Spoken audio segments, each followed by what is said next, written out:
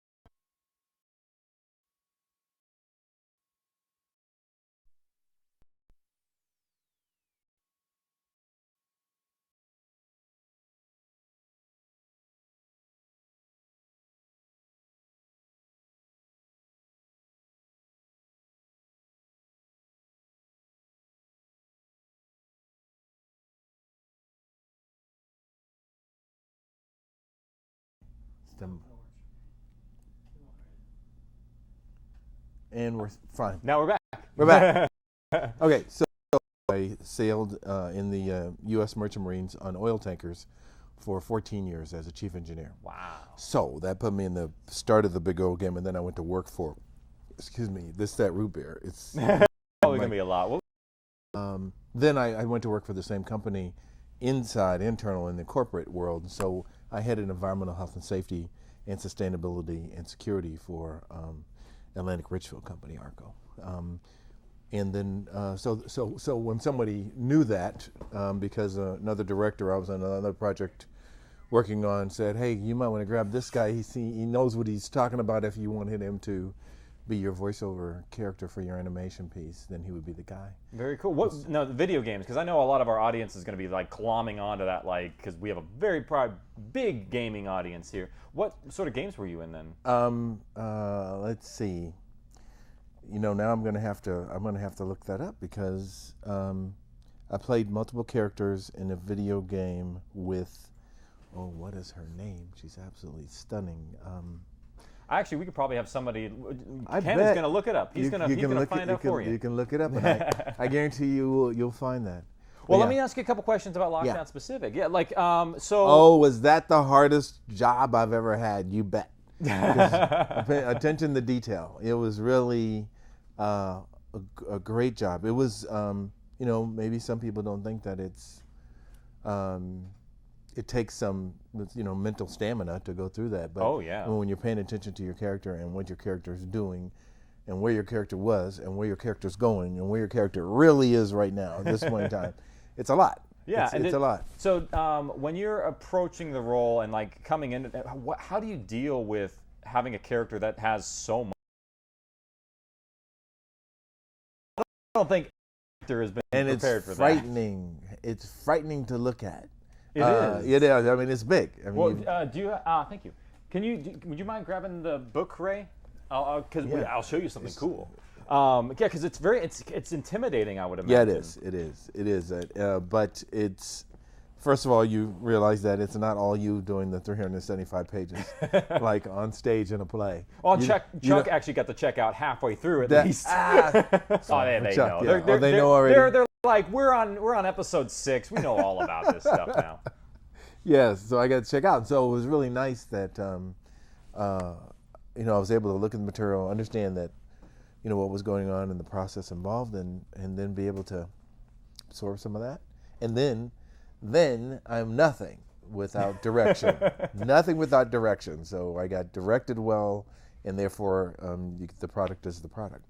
And I don't think people understand how intense it can be on a recording set. Like, it described as sort of like how fast we kind of went through this. I mean, that's a lot. It was you know, a lot has to be said for casting. So when you get people who understand what they have to do, they prepare, and then they come on in and excite themselves in these roles, and get a little more fuel in from the director, and get a little more direction from the directors, and that helps. And then you roll right through it. Then you just go. And once you pick up speed, and the energy picks up, and it's like that character is on a roll. All the characters are on rolls. How did you approach Chuck? Because actually, weirdly, I mean, funny thing enough, Chuck is actually, I've heard from many people, their favorite character from the show. Like, you are by far one of the most favorite characters, and in some ways, a lot of people are mad at me because just because. Yeah, I mean, it's one of those things where it's like not everybody can make it out of this, and Chuck fulfilled his role 100%. But one of the things is you brought such a really good, and this is one of the things about Chuck that when he was originally written, he was actually just he was written as a crusty old white guy. and I kid you not, when you came in that first day, and I heard your voice and the characters, because you weren't reading. Were you reading for Chuck originally? No, not originally. You were reading for, was it Bogart? I think it was. Yeah, I think you were originally reading for Bogart, and I remember you had this sort of like life and energy that just happened to like be perfect for Chuck, and I was like, you know what? We need to start playing with this. And Chuck was one of the hardest roles to cast, I believe, and it's like at least 30 or 40 different people before we found you for that role. It was pretty incredible. Thank you. Well, I'm honored, truly, and to be part of the whole exercise and the event, and then also honored to be chosen for that role. And well, you've done an amazing job, I will say. And we actually have some really cool like behind the scenes stuff that we're gonna show you here in a second. They're gonna prepare. We have some, oh my goodness. We have some prepared materials. What did I do? This is a really special thing. Actually, here's the thing I was gonna show you. This is our script. This is and I've talked about this a little bit on Apartment2C, which for those of you who don't know what we are in right now, this is sort of the Apartment2C set. So we do a lot of We're Live talking in the stage. This is the first time we've really like dove deep into lockdown. So that's actually that's one of the proofs. We're getting a whole bunch of those made, so you get to have one of these eventually. But just to see it all in that form is like this is amazing. It's intimidating. Like it is by far and away the hardest project I think we've ever done, and it was and many more to come now that you've mastered the technique. Many more. There like you go. It's all case studies now to get us for the next one. Oh, this is nice. Now, was there any particular moment from recording Lockdown that kind of stuck out in your mind, or a moment that you really think that was either good or bad or indifferent that just kind of you remember sticks out? And if you don't, it's okay. No, I do. Because it was like a year ago. It was about a year ago we recorded. But do you remember? If you remember correctly, we did the last piece of the work, and this is not that everything else is minimized, but the last piece of the work are the efforts. Right? Mm-hmm.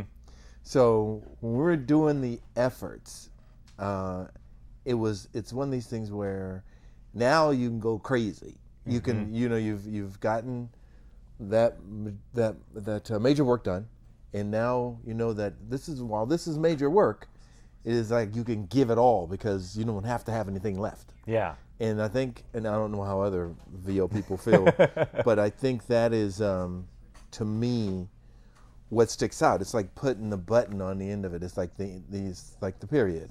But you get to that period, you got to go through these efforts, and you made me go through the alphabet, I think, or something very something similar. We went through a long process of words and things, and I just know that getting to the end of that wasn't the exhaustive point. It was just you've given it. You've given everything that they've wanted to have of you on tape, and therefore, that's it.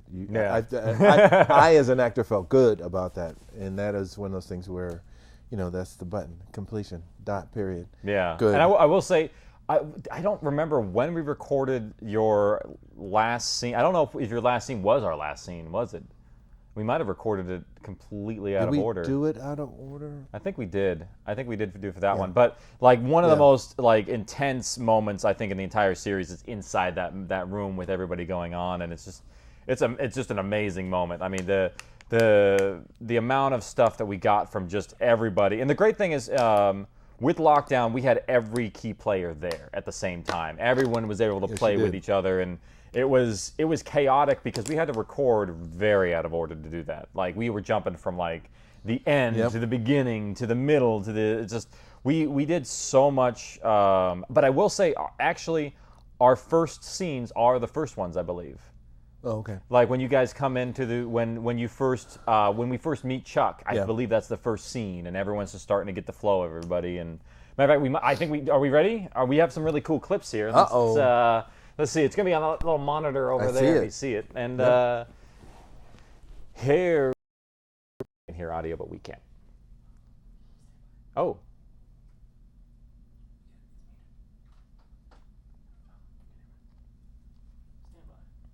All right, we're standing by. We're back. All right. Yeah, so there's some vocals in there that we didn't get to hear, but that's okay. We worked through some kinks today. The reason why we started the stream a few minutes late is we had a computer who decided to do a Windows update right at the last minute. Nice, without even telling us. No, it just decided to not turn on in the middle of it. What a nice computer that is. Yeah, and so it was stuck on one camera. We're like, care of itself. Well, we got 3 minutes here. We're just gonna do the best that we can. Nice. So it's they're working on it. All right. So your challenges. I mean, you said this is definitely the most fun you've had so far. Fun is a very loose term. I know, this has been the most complicated and complex production. That's fun. I think there you ever. go. Complicated and complex. That's fun. Oh, so this has been the most fun you've had. Do you even envision something? I will use the term loosely. Funner. I mean, is there something? Yeah, I would definitely say the next one is going to be a little bit more fun for me, because I think does it come when you say fun? Does it uncomplicate things, or is it less complex, which makes it fun, or is it more complex? Less complex. This one here with Lockdown, to create the atmospheres of the prison and to get all the technical things right. Like I was talking with Grayson, who is the editor on it, just talking in the Outpost 2, and just to go over everything and really talk about like how complicated it was to get some of these scenes, because I had to draw maps, and like when one character walks from one end of the scene to the other, since they're in such a confined space, everything has to be precise. I mean, how much time somebody came from one area to the other, all that's got to be pretty calculated. So this was like an incredibly complex process. Not to mention that, but just post-production in general, we went through a lot of editors on this one. Yeah, we had some. We lost a lot of people along this one. This was burned them up, spit them out. Yeah, it was like when you got intimidated by 367 pages, an editor looked at this and said, "I don't know what I'm going to do," which is why Grayson was the man of the hour who stepped in at the end after we lost 2 other editors, and I went to him and I was like, we are in February. We need to have this done by, we're going to start the release in April. And I am in the middle of having a baby, and it's just was the nightmare scenario that you can imagine. Yes. So, and we're good to go again. Okay. So what I would say is thank you everybody for your patience. I know some people are like, hey, you said this would be out in October. By the way, we never actually set any dates, but thank you for your patience. We knew that this one's going to be hard to get out, and it was a really, really complicated process, but we're here, and we're at the finale, and we got our clip ready. So let's jump right in here, and here comes Kim. One's coming for us. There's no cell reception. Emo said they're all outside. Well, I'm sorry. What am I supposed to do? You're just going to have to imagine the the door voice. like somebody. I heard Why? that voice. It doesn't work. Why don't you try something else? Your wife's read mine cover to cover. It's over now. Damn. Wow. Matter of fact, you want to let's back up and maybe do some freeze frames, and I'll show you a little bit of sort of some behind the scenes. I know we don't have a lot of little clips right there, but we have one of these for actually every character today. Nice. So some of the characters are not going to be able to be here today, so we can actually. So that's our tech rehearsal there, where everybody comes out, and this was really like the first time you got to experience the role, and where everyone got to come together. Did that help the process at all, to know the voices? And Very much so, and this is where they're coming from, and it's nice. It was that little piece of familiarity that helps an actor absorb content and actually put themselves where they need to be.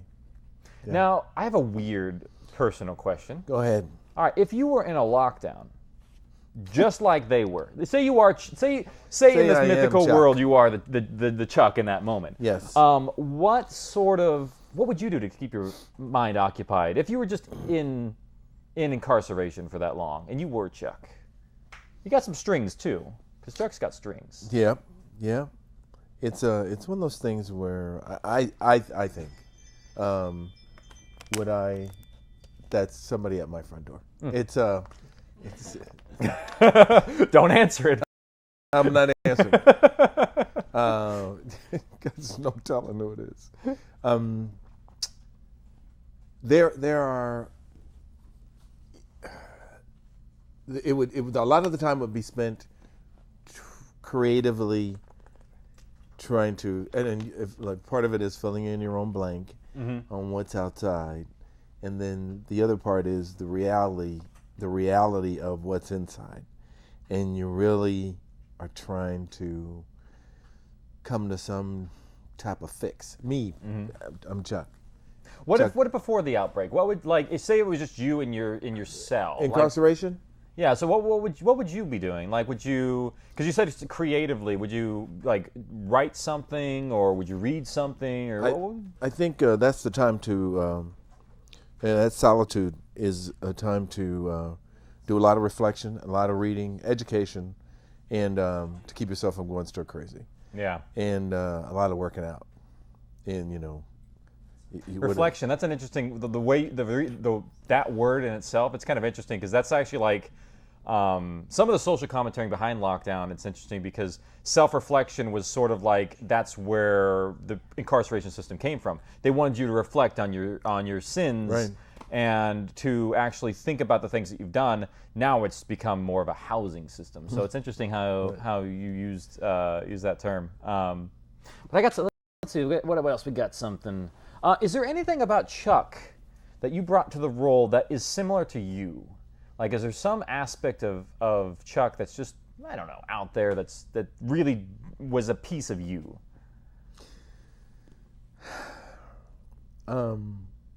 Really?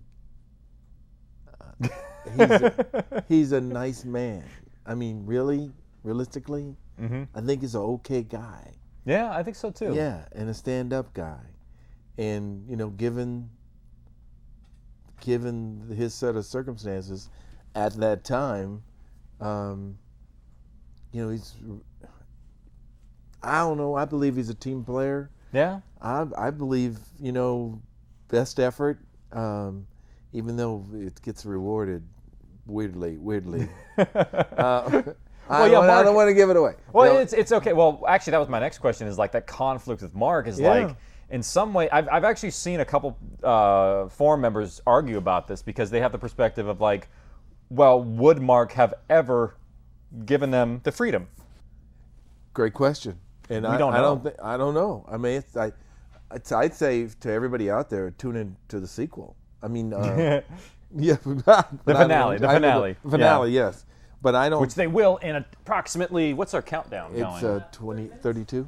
30 minutes roughly? Okay, 30-minute countdown until we start. I think people are getting excited. Well, I know there's going to be a whole bunch of well, we just lost Rolo. We have probably some questions. Who are tuning in? We have this who plays Chuck over the line for Chuck. As we bring people on and off set, Kim won't be here for the post show, so if you have any questions regarding Chuck, definitely now's the time to get them in, as we will have more characters coming up in the end. So we'll get them in. Grayson, who is the master of the keyboard right now, if he has any questions, we can go with that. Yep.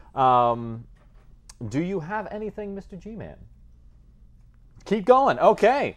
You know what we could do? We could, well, I have some trivia questions here that will be going for our fans, but I think I'm going to wait for Rolo to come back on that one. Okay. So what are you working on now? Are you doing it? Are you in any new, any roles coming up? I'm able to talk about TV and anything. Yo, yeah, you can anything, whatever. How can we see Kim next? You can see Kim. He was just on an episode of a comedy show called Fresh Off the Boat. Oh, yeah. He was just on the episode of that. Oh, you like that show? Yeah, we got some thumbs up in the back. Got some thumbs up. So when you get caught up, I mean, I know it's in your DVR or when you or the old VHS. When you get caught up, then you'll see me on there. I'm expecting to get a lot of screen caps coming in because yeah. whenever somebody from the show comes up somewhere else, I always get like messages from users like, "Oh, there they are," and I love seeing everybody out there. It's so much fun. Yeah, it's always a lot of fun, and I hardly ever will say that I'm going to be on a show until I'm on the show. Until then, I start getting texts like, you were just on, and I'm going, oh yeah, that came out. Oh yeah, I made it. I made it past the cutting room floor. I made it onto screen. A lot of people, I don't think, realize that as an actor, sometimes you don't know if you're going to be in the end You product. have no idea. I did an episode of Modern Family, and played the dean and gave somebody their diploma, and that whole scenario was that piece was cut off and out. That they just went another direction. They just sized it up, cut it, and everything worked out perfectly. But sometimes it's just you end up on the cutting room floor. And Well, you're like, it's just a lot of time, and it's okay. It's all right. It was wonderful to be there. And if it's not that time, that means the casting director thought enough of me to bring me in that time. He'll bring me back again. That's what he told the agents. It'll work out well. We'll have another part for him. It'll be a bigger part next time. Well, and I believe them. I believe them. Trust them, especially on a big show like that. And I did a show, another one which is similar, Agent X, which was a show that ran, and I was in a very large scene, and they just moved that scene around, and I said, "Jeepers!" It just disappeared like thin air, like a magician, and it was fine. I mean, it worked out okay. I mean, there was a lot more gunplay, I'm sure, than they imagined, but and sometimes like the weird part about it is when you're in a role, you sometimes will record it a year in advance. Yes. And you won't even know whenever it's coming out. So you can't tell anybody. So my family or friends, from all over, and I hear it first on the East Coast, and then they send me some stuff. But you get you get a 3-hour prep then sometimes. So and then I get to tell people. I said, "Was it funny?" And they go, "Yeah." So then I'm able to tell them. Then I'm going to retweet it. Hey mom, go ahead and watch it. Is it good? Maybe. Yeah. Then we'll move on. Then you get surprises, like when I was on House. I did a large scene. And was it with Hugo? No, it was with the lady's name, the hospital administrator. Her name is House's boss, basically. Oh, Scully? It was but what is her name? Oh, I should not forget her name. But it was a very large scene with her, and we just kept at it, and they kept the whole thing in. Really? Yeah, it was like a minute and a half, 2 minutes of. I'm gonna have to find that just now. going. Yeah, That's awesome. The episode is called 529. 529. Yes. I think that might have been after I left, because that was one of the shows I really loved it, but then after a while I just kind of didn't keep up on it. There's just so many shows out there nowadays. It's hard to keep going. All right. Rolo is going to come. Actually, Nightcat is going to come on the mic because Nightcat is here. We got full crew running. Yeah, if I was Rolo, I'd have a very ladylike voice. So we got a question for Kim. Free Warrior 2 asks it. Kim, when did you hear about the audition, and have you listened to the original? Have I listened to the original We're Alive? No. Yeah, don't feel guilty about that. No. I don't even expect most of my family and friends to do it. It's like 48 hours. It's like you have to. You want to catch up? 2 days. When did I hear about the audition? When did I hear about the audition? You know what? When did we David Seddon might know. He's our casting director. Maybe we should get him on Yeah, see if he wants to come on. We also, you know what? Before he comes on, I also have somebody else that I can bring on too, who might be able to talk about a little bit of the prison stuff if he's willing to. We'll see. We'll see. But anyway, we'll continue on with your question. Sorry. Yeah, It was through a casting notification. So wasn't it through CMIT, Actors Access? I think it was. Yeah. I think it went through everything. Through Actors Access, and then you go through that process, and I'm sure that you have gone through that process before. Who video submissions and things like that. Yeah, the audio, video, your headshots, resumes, everything goes right through, and then you get the call, and then I go in and I read for somebody, and then they want me to read for somebody else. Isn't that just amazing? Speaking of, you want to come on? Should I come? Come on in. Come on in. Come on in and have a seat. This is David Seddon. See you. Kim, good to see you. Great to David, David is our casting director on the project. He's the one who is responsible for getting us many of, actually all of the actors that you've known and love, besides the main characters that obviously this is my camera. I keep going over here to Grace. So we had a lot of different actors on this one. So it's been, I can't even. So it was through all Actors Access, right? We did Actors Act. I think we made it posted to LA Casting too. But we made it available to both agents and public submissions because I like to see, everyone who can come in. Yeah, we had, I think, overall, I think we had over 200 people. Several hundred, for the whole project, there were several hundred people. So for something like this, like one of the hardest things about it is finding people with voice compatibility, and like Kim was like perfect. He was like, even this voice spectrum of things, he's like right over here. It's way off in left field. I'm like, no one's gonna sound like him. We're perfect. And I just thought, like, I remember when we were doing it, I was looking at voice actors, and you're like, no. We want to go with guys who are like on-screen actors and don't have them perform it like a voice role, perform it like a physical on-camera role. I thought that was a really interesting approach. It is. Yeah, it's definitely it is a little bit different process. The audio world only of things. But we got some more questions coming in. Nightcat, what do you got? And also, if you have anything for the casting director, David Seddon is here. Oh, it's Seidon. Seidon, sorry. No one says it right.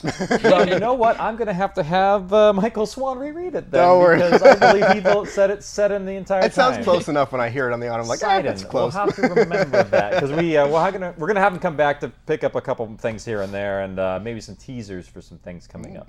And thanks for plucking me out of that. Oh, well, thank you for. And then we actually, we did I got you in for another project for a friend of mine, a pilot she did called Dix. You're the one. Yes, that's right. I emailed you. I was like, she right. said she was looking for a That's police right. chief type. I was like, I got a guy. And I got a guy. And they got it, and we did it. Yeah, I No. saw the still David image helped from him get on set. Dix. It's great. It's great. Yeah. That's Right. And from Dix where did I go from there? Went from Dix to something else. It was like this little Lego building block falling down. One connection to the one next. connection to the next guy, and here's Kim, who's the comment. So thank you very much. Of course, it's really like the script for that one's really funny too. It's a really funny one. Those ladies are hilarious. They're Miss fantastic. Nightcat, go ahead and speed us. Sure. Okay. So this question's for Kim, but you know what, David? Let's get you on this as well. What are your guys' favorite memories from working on this? Whoever wants to go first, give the other person time to think. I loved the table read. It was we saw the footage of that a little while ago. The read through. I thought that was really cool. Just seeing everybody in a circle, and then also watching you guys all play that card game together. Which forgive me for forgetting the name of it. I thought that was a really cool bonding exercise for everybody. I thought that was Very really cool. neat. Very neat. That I remember. We played like a couple games of Tien Lin. Who, if you don't know Tien Lin, it's a card game that is a lot about strategy and not as much about the cards that you get. So it's really a fun game, and we might be playing it a little bit once the live broadcast starts. We might come in here and have some fun in front of the cameras or something. I don't know. We have an hour to burn in front of the camera, so we'll have fun with that. That was I love that moment too. What about you? Moment. Oh, there we go. Yeah. So always I think in my role of being an actor, I think that bonding experience that takes place when a lot of people are in the room and everybody was in there working, and we were working hard. Oh yeah. And it was really nice to see everybody just like giving it and bringing it, and it does nothing except excite the next player and takes everybody up to the next level, and that's a huge bonus for me. So that's probably that, and then the efforts piece, which is like, boy, this is it. So now we can go everything out there on the table. But I think there was a lot of everything out there on the table during the sessions. Oh, and yeah. I think as people were bringing it to that room, it was wonderful. At a high-speed pace, too. Like, in 4 days, we had 29 hours of recorded material, and I've never seen any production have anything close to that. So I think we've set some records in some ways. And really good production stuff. I will say the nice thing about this is you can do a lot in post. And we actually did pickups and things like that, too, later on, which was one of the things we've never been able to do when we're live, and I think changed the entire atmosphere of how we do audio production. So, like, I don't think there's one production I wanted to do after this without pickups, especially for audio dramas. Because you never know what you're going to need, or it's a line that didn't work, or there's just so much material sometimes. There is. But good question. Good question. All right, we got one more coming in, I think, right? Yeah. So this question is again for Kim, but again, David, maybe we can somehow put that into David the in cast. on one of these. Why not? Yeah, Impromptu. You're here. Come on. that's right. He's here.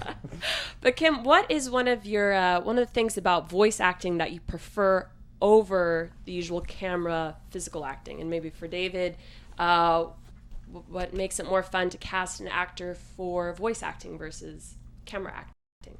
Good spin, Nightcap. Thank you. So, it's one of these things where you are able to have actors bring what it is they bring on stage or on camera or on set to the booth, and it's nice when they're able to also. Very rarely will I see an actor go into the booth and not use their body to get that thing done, because it is just, it's a key component your voice is affected to bringing realism to that piece, to bringing yourself to that piece is bringing that action and tensing and having motion and emotion and frustration and gain to that character. So it's I do the same thing on stage. I exert the same amount of energy, except you're not moving around a lot, but you're sort of confined. But it's there's not a preference. It's a lot of the same stuff. If the actor brings it, and there was not one actor that didn't bring it when we were bringing bringing that to life, that script to life, and I think there was a lot of exertion, a lot of emotion, and a lot of thought that went into those characters that they were portraying, and I think it showed. Yeah, I think so too. I don't think there's one person there that was like didn't go back and crash. Yeah, because it was so like it's a lot. What about you? How did you approach casting? Because is this your first audio only? This is first audio only, and I've actually always wanted to go into voiceover casting because I love animated stuff, and I love that there's that pool of voice actors. Your Billy West, your Maurice LaMarche, those guys. They're so versatile. I love the kind of work that they can do.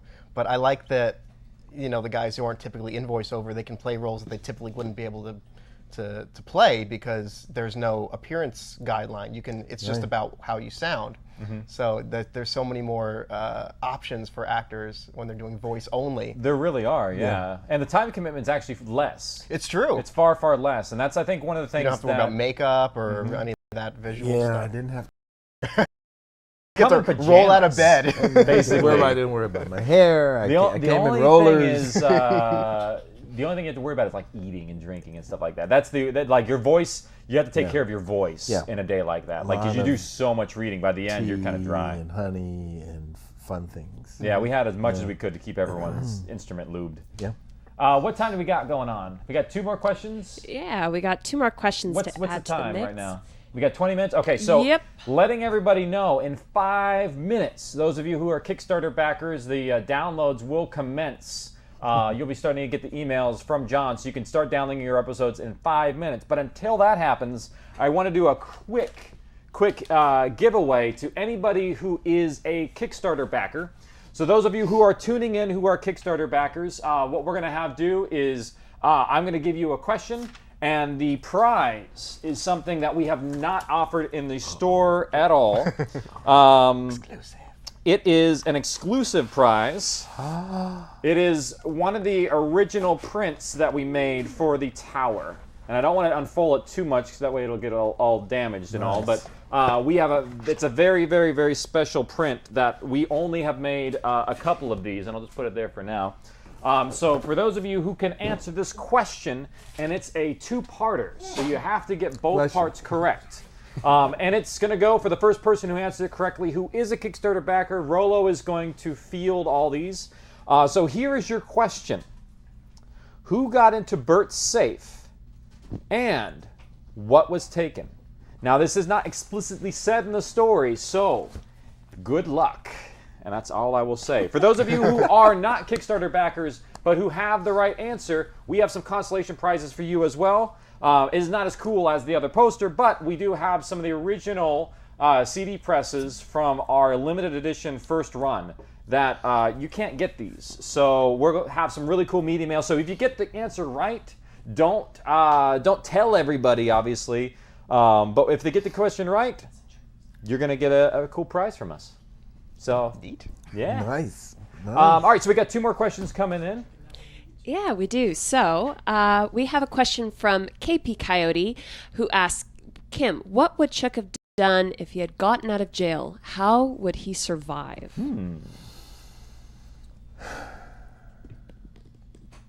I believe Do you want to defer? knowing to I could oh, you know that answer. I do. You do.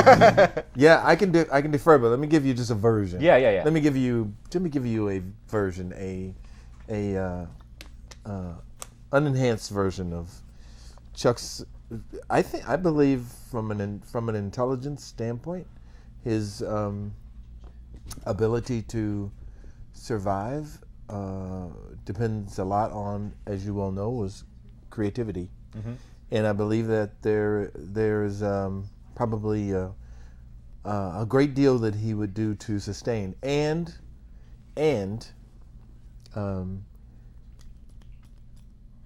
I believe that there's such a great compassion for the human spirit that he would have done whatever he could to make sure that everybody else,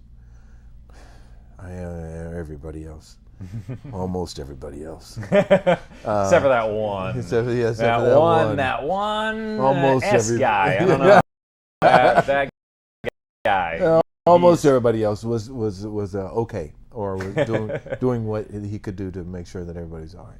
Go ahead. So now, I was going to add on to that I really think that Chuck's character was incredibly smart.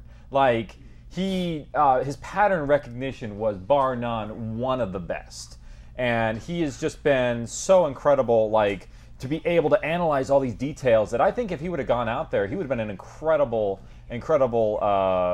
player in the scheme of things. And in a lot of ways, he was fighting for other people's rights the entire time. Right. Like, when everything was going in there, he was standing up and saying, no, this is not right. He was one of the biggest and loudest voices of the group. Yeah. Because it is all about the individual at that point. And, you know, I just love the breakdown of the dichotomy between you guys and the guards. That just worked out, I think, incredibly well. And I think part of that had to do with you and your character. So thank you for all of that. But thanks for getting me something to play.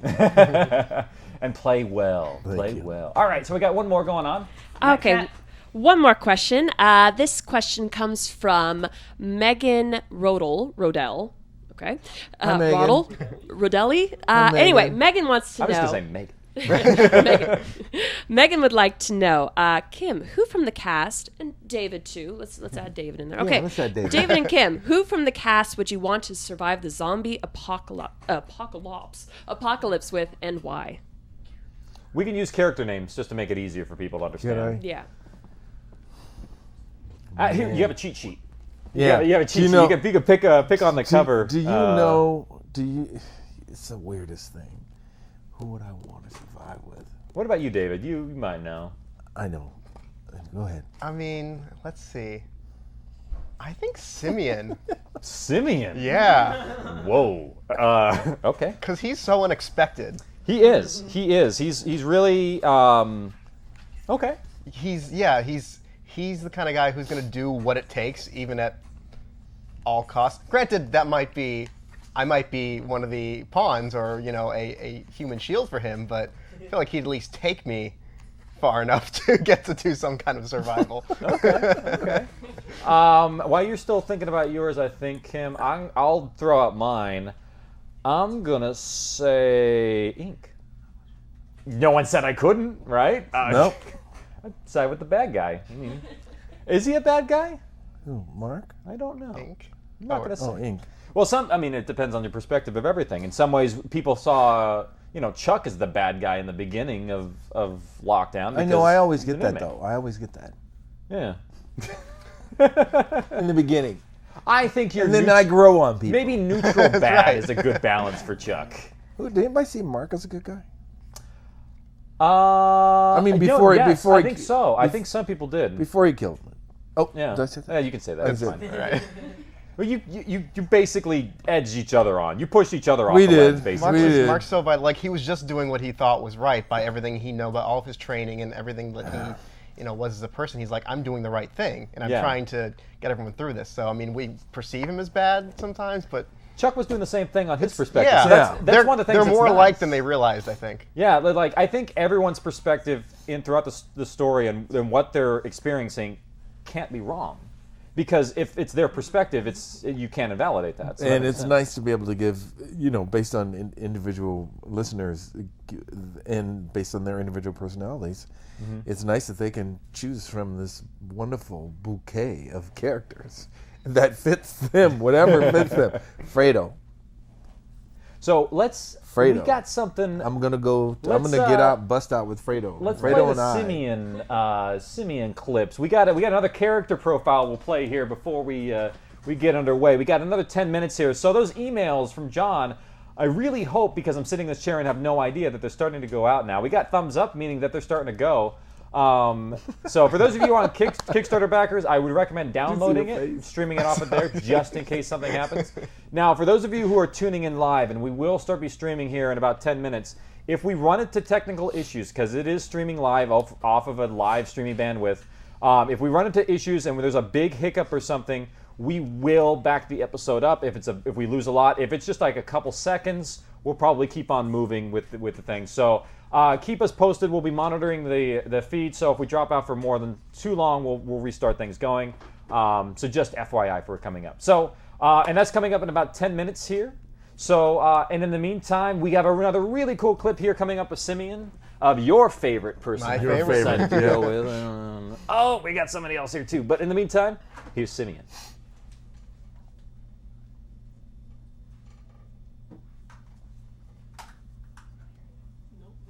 Well, Colby Clayton LeMaster, he couldn't be here tonight. We're really disappointed, but he is booked on another gig. Unfortunately, most of the people that we don't have here tonight aren't here because they're on a gig. So that's why we get really good actors. We have really good actors, they and work that's a the lot. problem is they don't have any time if you don't like book them. So it makes sense. So we have but who we have tonight is awesome. Right now we're sitting here with Chuck, Kim Estes, From me, and we that's- have David Seiden, who is our casting director for Lockdown. I will get things right after a while. Of course. And we got Simeon ready, so let's go ahead and bring him up. For me, that's saying something. I just got off an all-rat diet. Yeah. You guys are freaking great. Can't wait to see all you guys at the party. Party. So so that's who we can play next. I'll let them surprise me in a minute here. But are you guys ready for this finale? Oh man. Oh yeah. I think we're. Is everybody ready? Getting there. I've been super on edge. Everybody in the house ready? Nice. Did we have a winner for that contest? Did anybody get the question right? We have a thumbs up. Who was our winner? KP Coyote. How did I know KP Coyote was going to get this one right? Go ahead and Nightcat, do you want to read us his answer? And I'm going to verify if it's correct, because maybe it's not. I mean, maybe. Could be. Okay, am I live? Am I good? Okay. KP Coyote says, latch and scratch, guns and rocket launchers. Bingo, got 'em. Ding, You ding, got ding, everything ding, ding, safe. ding. Here's a little bit of some background info for you who has not been revealed in the story, but Scratch was already going to go to Locked and Loaded to get that. What that means, you might have to listen back to the series and figure that out, but it might have to do with an outbreak of some sort to get her brother out. So, something that's never mentioned in the story, but is an interesting background for just some things there. Nope, we got some. Oh, nope. Okay, we're good. Rolo's like, yeah, okay, that makes sense, I guess.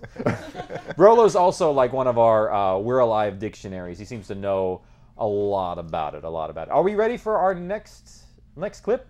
All right. And here we go. Why wait until we starve? Or have to do what Gavin did to survive? No, I wasn't selling drugs. My girlfriend was. Chunked. Amen. It's such hard work saying these words and standing at this thing.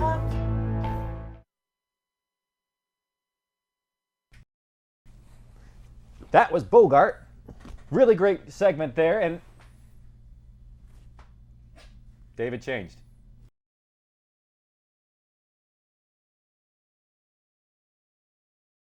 And for those of you who don't know who that is the composer for Lockdown, who created more music than I don't know. I haven't measured it. I don't know how many hours. How are you holding up? Good. This is like the second time I've actually seen you in person since lockdown started. It's all coordinated via email. Yeah. But welcome. Thank you. And I will just say this, probably the most amazing score Lockdown could have ever had because of Brother Dan. I kid you not, like when you hear, and you'll be able to see because of the things that he's made, the compositions for this next part are bar none some of the best. Like, not joking, I'm getting goosebumps thinking about this. There are just several different music cues that just came through. I will talk about them maybe when we come to the end of like some of my favorites, but they were just bar none. How did you deal with coming up so much music so quickly? That's how I work. That's how we met. Yes. We met when I was doing improv. And so explain a little bit about that. I just I sit down with a keyboard and or guitar and I score live shows. No, that's where my strength is just improvising. So, and it's not just live shows. It's not like there's rehearsals or anything, but literally they are making up scenes on the spot, and I'm making up the score. He's making a score live. I kid you not. I've never seen somebody make the kind of stuff that you can do so quickly. It's incredible, and the quality is so amazing. It's like it's perfect for this kind of thing, and it's just like it just fits. Anybody has questions for him, by the way, he will. Reintroduce him. This is Brother Dan, or Daniel Burkhoff Hopkins, who is the musician and composer behind all the amazing things you see in We're Alive Lockdown. And not only that, but the original series too, right? You did a lot of stuff for us. I think you brought me in for some stuff on season 3. Yes, the piano composition, which is bar none. Like, you know what? Can we play a little bit of the Lockdown theme? Is it possible? It's right there. I know it's. I just want to play a little bit while they're here to kind of hear. This is did it many different times to where I almost want to make a new one every different tale. Like every time we revisit something, it's almost like we would. Yeah, like I'm already thinking about Gold Rush and like doing a Western version of it.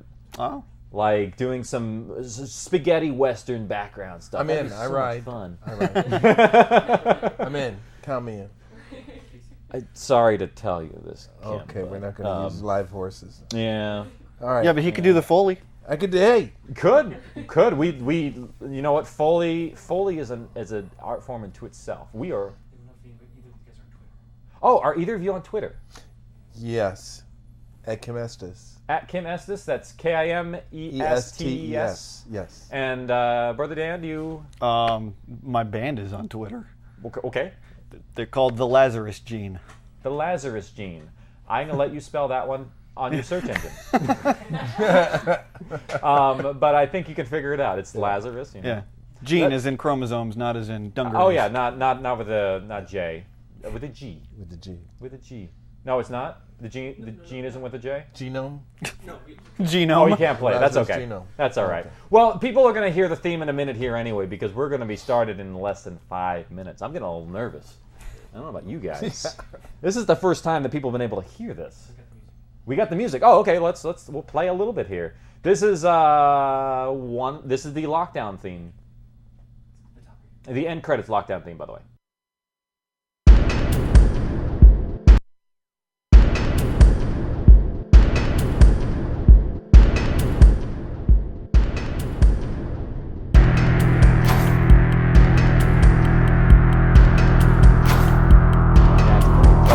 Like, I remember listening to this and turning the speakers off and like feeling the change just kind of going.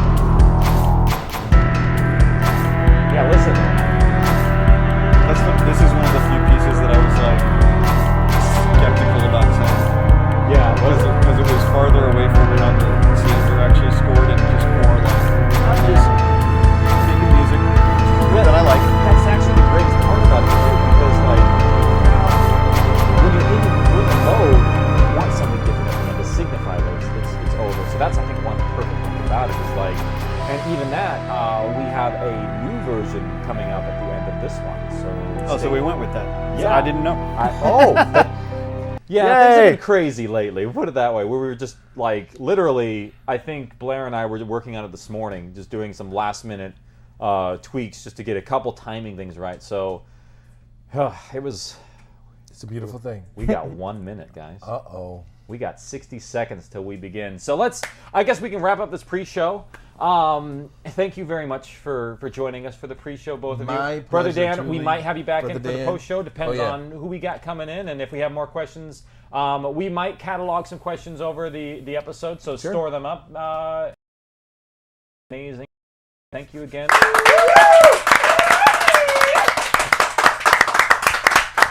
And, of course, the incredibly talented Brother Daniel. And the person that was really fun and we ended up letting to swap out, David Seddon. So thank you all very much for tuning in. I hope you all enjoy this. I will be drinking now and enjoying the show. Tony Ray will be popping in to do your post-show. But thank you. I hope you enjoy the episode. We're probably going to take a quick 30 seconds here to get things set up. But enjoy the finale for Lockdown. Enjoy, everyone.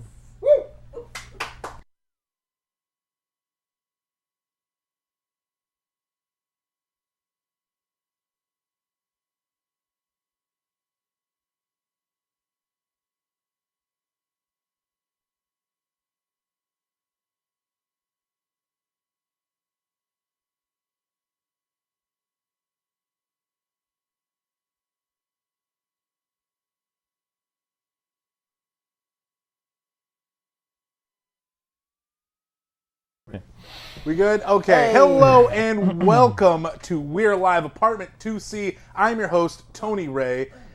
We good? We good? It's not, it's kind of. We're in Apartment2C, are we not? Yeah, are we not, Grayson? Huh? Are we starting this already? Yeah. Oh, I'm sorry, folks. I'm going to have to leave camera so I can go strangle Grayson. This is the We're Live Lockdown finale, and I am so excited to get to talking. But first, I have to introduce my guests. I am joined, as always, by Casey Whalen, the genius behind it all. Yeah! Woo! Yes. It's over. It's over. Yeah, right. It never gonna end. No, I still need to get the Kickstarter backer rewards out. Patience, please. Patience. Why did we all laugh like we were in the country club right now? We all. Patron rewards. Tony. We already have their money. That was rude. Okay, and I also everyone's favorite soldier, Puck. Brett Newton, we got you here. What's up, buddy? Thank you for coming. No applause. No applause for Puck. Thank you. Thank you. The best soldier. Thank you, Rolo. Don't worry, Robbins. Listen, So- Rolo, you don't have a mic for a reason, all right? Don't Oh. don't you ever say it again. Robbins is the best soldier. I'm sure Casey has a spin-off series for you eventually. You know what? It's happening. We're gonna cover so much, but first, how about we talk about freaking lockdown? Sure. Casey, Yeah. dude, great job, man. Thank you. Great Yeah. job. Thank you. This was an awesome season. Yeah. It was an awesome season, awesome series, great story, great characters, and holy shit ending. Like, yeah, there's a so lot much in that happened. ending. There's so much in that ending. It's almost too much, but just enough. I felt like it was great. Because sometimes you don't like get that satisfaction in certain endings, and I felt like I'm very satisfied. Yeah, I am too. I mean, I was there. I had the script in front of me, and I was just as equally surprised. So it was awesome. Yeah. So I mean, are you relieved? Are you just? You have so no idea. relieved? Like I'm watching the live stream come in, and I'm like so bloody stressed because I'm like, the live stream better not cut out. Number one, I don't want people to miss any pieces. Yeah. And so it's like, so it's such a relief. It's been a lot of work. Grayson has been over my house since February. It's been insane, the amount of work, and it's over. I'm very proud of you. Thank you. And thank Thank you you. so much for putting that together. You and Grayson freaking killed it, and all the Zen turns and all the help that you guys have. Every How- cog in this wheel has been amazing. How long was the full inception from the first recording day to the final launch? Do you want to? January of last year was when I first started working on the script, but that was like when I first started writing it, and I was Yeah. doing research before then. Like when We're Alive was going on, I was still trying to do research for the jail, Right. And actually working with where is Ray? Get Ray. I would love to join him a little bit because he was my connection with all the jail stuff. Oh, really? Yeah, so he was the one who helped me make connections and got me to go into jail and things like that. It was pretty cool. Now, how many times were you like, did something click where you had an idea, but then you kind of changed the idea in order for it to fit into the original series? It was a lot. But the other thing is also the way that I sort of like crafted the story was I started with the original series and I created the ideas already for what was going to go on. And so I created some of Lockdown before I did your scene. So then I would just like fill in the blanks and pulled it all together. So it was a lot of pre-planning and a lot of just making sure that everything worked and all the threads came together. And also, now that everyone has revealed what Lockdown is, they can actually start to put the pieces together of what else it means. Because Lockdown is not only a bridge in a way, it's also starts something new. Right. So. Right. Well, thank you so much as a performer. Thank you for including me in this. I mean, Oh, no, everything has just been it's incredible, and I love hearing myself, but I love being a part of this epic story. You know, it's incredible. Well, so, thank you, and thank you for coming out. This has been of course. Yeah, it's a So- great series. so cool. I really wish I could have been a part of it. You're here. You're hosting. It's you're not hosting enough. I the want show. everything. I want everything. You're the face, man. I want everything. You'll come back. So we will have a ton of fan questions. Oh, we're gonna have too many. We're gonna have too many. We're gonna try to answer as many as we can. So Rolo, if you get some good ones, just like raise your hand. I don't raise your hand. It's not a classroom, but just let me know you have some, and we'll just do them sporadically throughout the show. Don't do that. Let us know. So if you have any questions, please put them in the comment section below. Put them in the interactive chat that we have, so we can start grabbing those questions and answering them for you, because there's so much to talk about. How about Fredo freaking speaks English? See. Yeah, so why was that choice made? Why, like, he spoke no English before, and now all of a sudden he speaks a lot of English? Yeah, he didn't tell you what he wanted to do before. I mean, why? Here's the thing. Why tell you he can speak English when he... I mean, this is kind of funny, because I've seen this happen a little bit, where it's like, people understand full well what you're saying, but as long as they can play dumb that they don't understand you, it's all cool. It's like a playoff. Okay, so it's kind of like a strap. Like, if I don't understand English, then I don't have to deal with Mark. Okay. That's not a bad... Yeah, I should do that with my Brush mom. up on your Spanish. Hey, listen, I'm Mexican, all right? Don't you tell me to brush up on my Spanish. Okay. Comprendo poquito? Nope, I do not. I really do need to brush up on my Spanish. I'm a No hablas español? Yo hablo pequeño español. En clase de español mi nombre es Bruno. Is Bruno in Spanish? Sí. Más o En menos. clase de español. Only in escuela- Spanish class? Sí. Outside of Spanish class? No. But in Spanish class? Sí. Got it. Got it. Got it. Bruno in Spanish class. Okay. So how did you decide to put I mean, like, I don't even know where to start with first, but there was so much that happened in this last episode. Yeah. Let's start going through it. So We can dive right in. Oh, we got the book? Yeah, so if you want references, it's all in here. Can we are we going to give any of these away? No, that's a proof. This That's is a proof? Yeah, that's a proof. When So are we getting the books? these are going to be done and printed in the next couple weeks.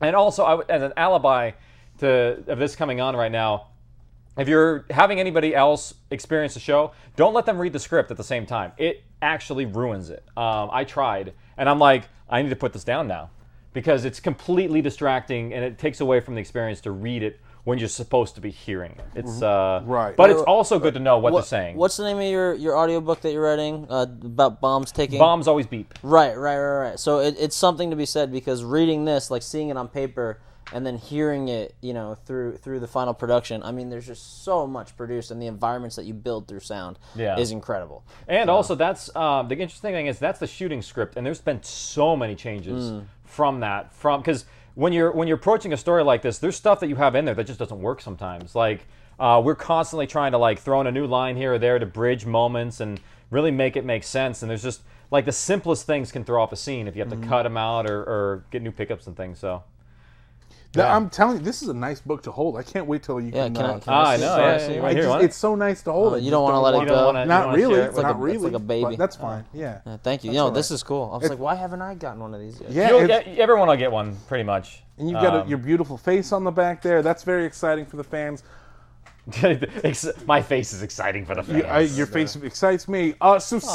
Simon's a bastard. Yeah, he's a very super very bad guy.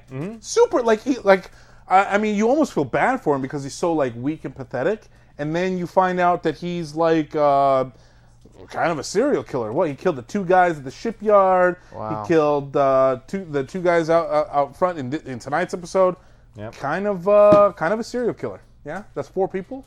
Yeah, that's a lot. How many do you need to kill to be a serial killer? Well, are they reactionary or premeditated? Because I think premeditated would be. This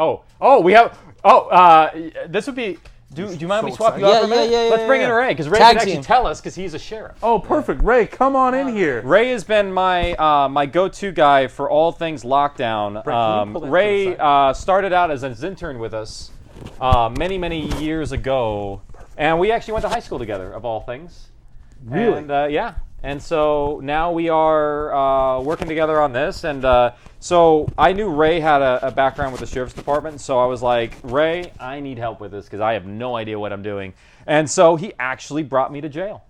I had fun. I had some cousins that could have helped you with that too. I mean, probably not in the same sense that you from the streets, were. right? From the streets. From my time in the streets. I can't emphasize enough how much time I spent in the streets. Like 2 hours on the way to work. The difference was I had the keys to the doors. They're probably behind them, right? How dare you? Yes. Yes, they were. Do you really have family in prison? Of course I do. What? Of course I do. Oh, okay. Yeah. Why not? Who doesn't? So how did you guys? So you met in high school? We went to the same high school, Yeah. Orange High. It's just coincidence. Later, I became a fan. I'm a big fan of the series We're Alive. I went to all 3 live events, Marvel Comics, on to the finale. And I answered the request he had for his intern for season 4. And I had no qualifications, right? I didn't know how to use a soundboard. I didn't know what editing was.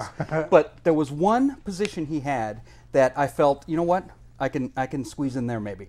And that was the script supervisor spot. And all you had to do was read the script, make sure that the actors read all their parts, identify when they had read them, and before they went home for the day, make sure all their lines were read. Right. So I said, you know what? I'm going to submit my resume. And I put on there, I said, if you have a college student who is going to use this as a career, please, by all means, pick them. Yeah. But if you have no one and you want somebody dependable, I'm your man. And then Grayson called me just before they started, and the rest is history. And that was for Lockdown? No, that was for We're Alive, for season 4 of We're Alive. Damn, so you've been through the thick and thin. That's right. And script soup, honestly, is the most valuable position on the crew because you. without him, you will miss lines and you'll miss chunks of stuff. So the script soup is like the first-hand defense about making sure you get what you need to get in the end. Yeah, and what's your? I'm sorry, I think I missed it. What's your connection with the prisons? I work for a sheriff's department. I'm not allowed to say which one, just because I'm off duty. Oh, so you're like CIA? Right? No, you got like some secret mission? It's best to know. It's best to say in the gray areas. It's one of the top 5 largest sheriff's department in the state of California. Oh, okay. I've been in law enforcement since '89.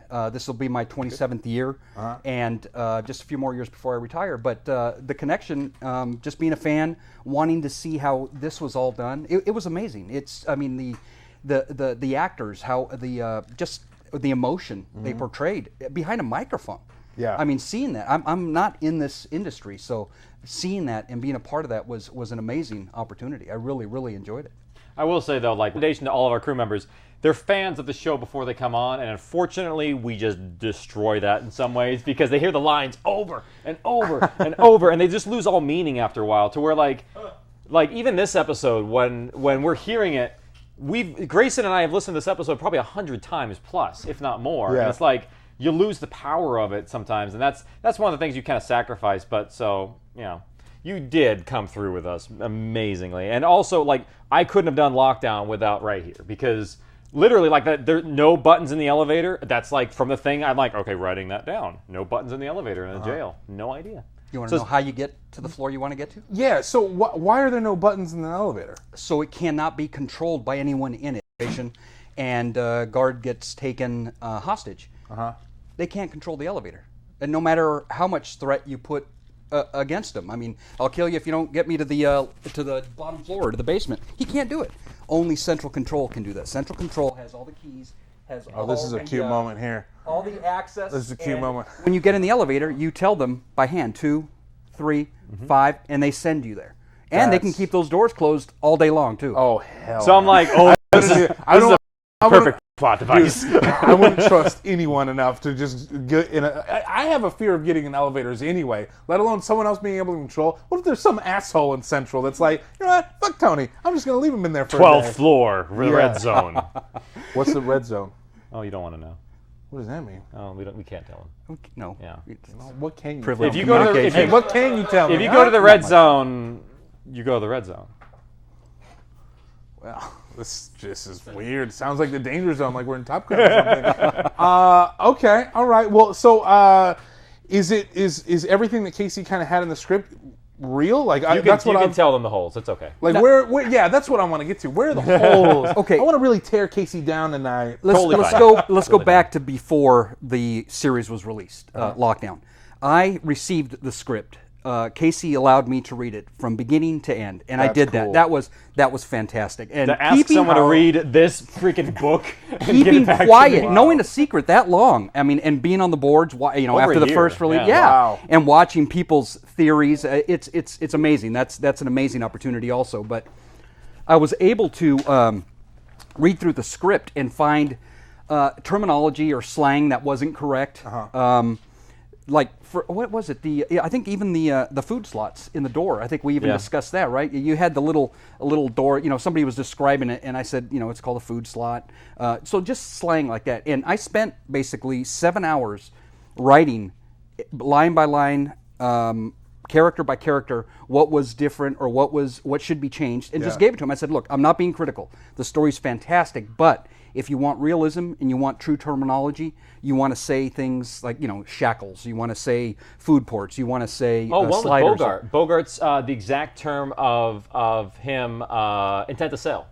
Yes. Intent to sell was an for the actual drugs. term that you gave me, and I used it. And so it was one of those things where, like, I take the pieces that he gives me and the pieces that I have and try and put them together like, okay, let's use the prison as the hurdle that you need. Because it's basically like an impossible labyrinth to get out of. So like every single little thing that I was learning about inside there like came into making this ultimate like, end all be all Poseidon adventure in a jail. Right.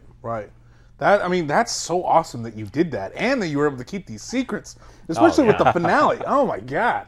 Like, it's been a long time. I've been waiting to talk about this stuff for so long, and I'm going to get a lot of... I probably have my email box full at this point, but it's like, I just cannot wait to start talking about, like, what this stuff means. Yes.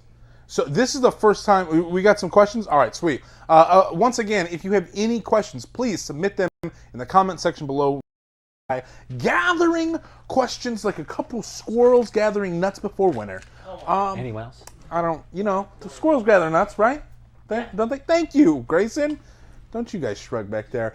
So we yeah. Oh, damn it! I thanked you on air. We've got some questions. We're gonna go ahead and get to right away, especially since you're here. I want to. Yeah, I want to see if some people are gonna have some jail questions. Jail questions. I mean, I could answer them because I've been to jail so many times. Oh yeah. Because I'm super hard. Super hard. Here we go. So first question we got from Koi Moon, who asked, Casey, why did you choose to do lockdown in a jail and not prison? The atmosphere is different. The people are different. The environment is worse in a jail than it is in a prison. In prison, you are guaranteed outside time. You're guaranteed what do they call it? Well, it's free time. It's almost like a college campus. Yeah. They're still doing time, but in a jail, you're basically inside a cell with a cellie, or if you're really bad, if you're segregated because of violence, you're by yourself, and then you may be able to spend maybe an hour in a room that has some air or access to air, but all they have to have by state law is a window that allows light. So it's sandblasted. You can't even see through it. It's just a light or a window that lights up during the day and it goes dark at night. It's bad. If you had a choice, you would pick prison to do time rather than jail. Oh, by far. Yes. Really? And that's one of the things... That's it. I had no idea. I mean, that's kind of mind-blowing. Chuck's a little mentally unstable because he's been there for so long. I mean, that's part of the insanity of, like, say, for instance, you're like... the jail is purgatory. Yes. And in so much of a way, because you have to... You're in jail to go to prison.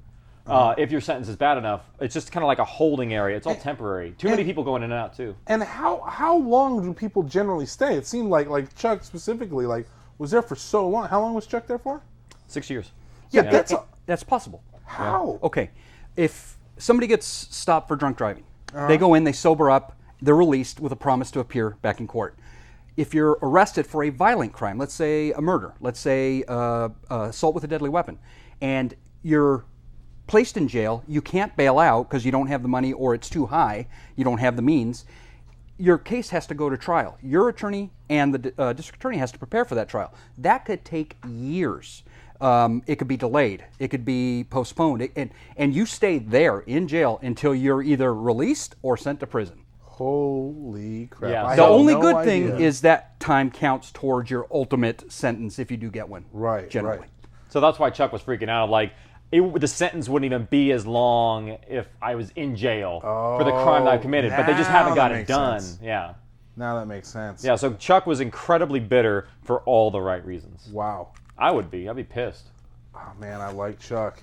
I liked all these characters, and you freaking killed them all. The only one that didn't die I didn't like. Well, not Jeremy. Well, who is Jeremy after all? Who is Jeremy? Who? But there's something else we need to talk about. What the hell? There's so much to cover. We need to keep moving. But we have a couple more questions. We have 2 more questions right now. Koi Moon, great question, by the way. And let's get to the next one. Okay, so Lost Chance would like to know, Casey, was racial segregation of inmates ignored to simplify the story and setup? Racial segregation? No. Can I answer? Yeah, go ahead. Okay.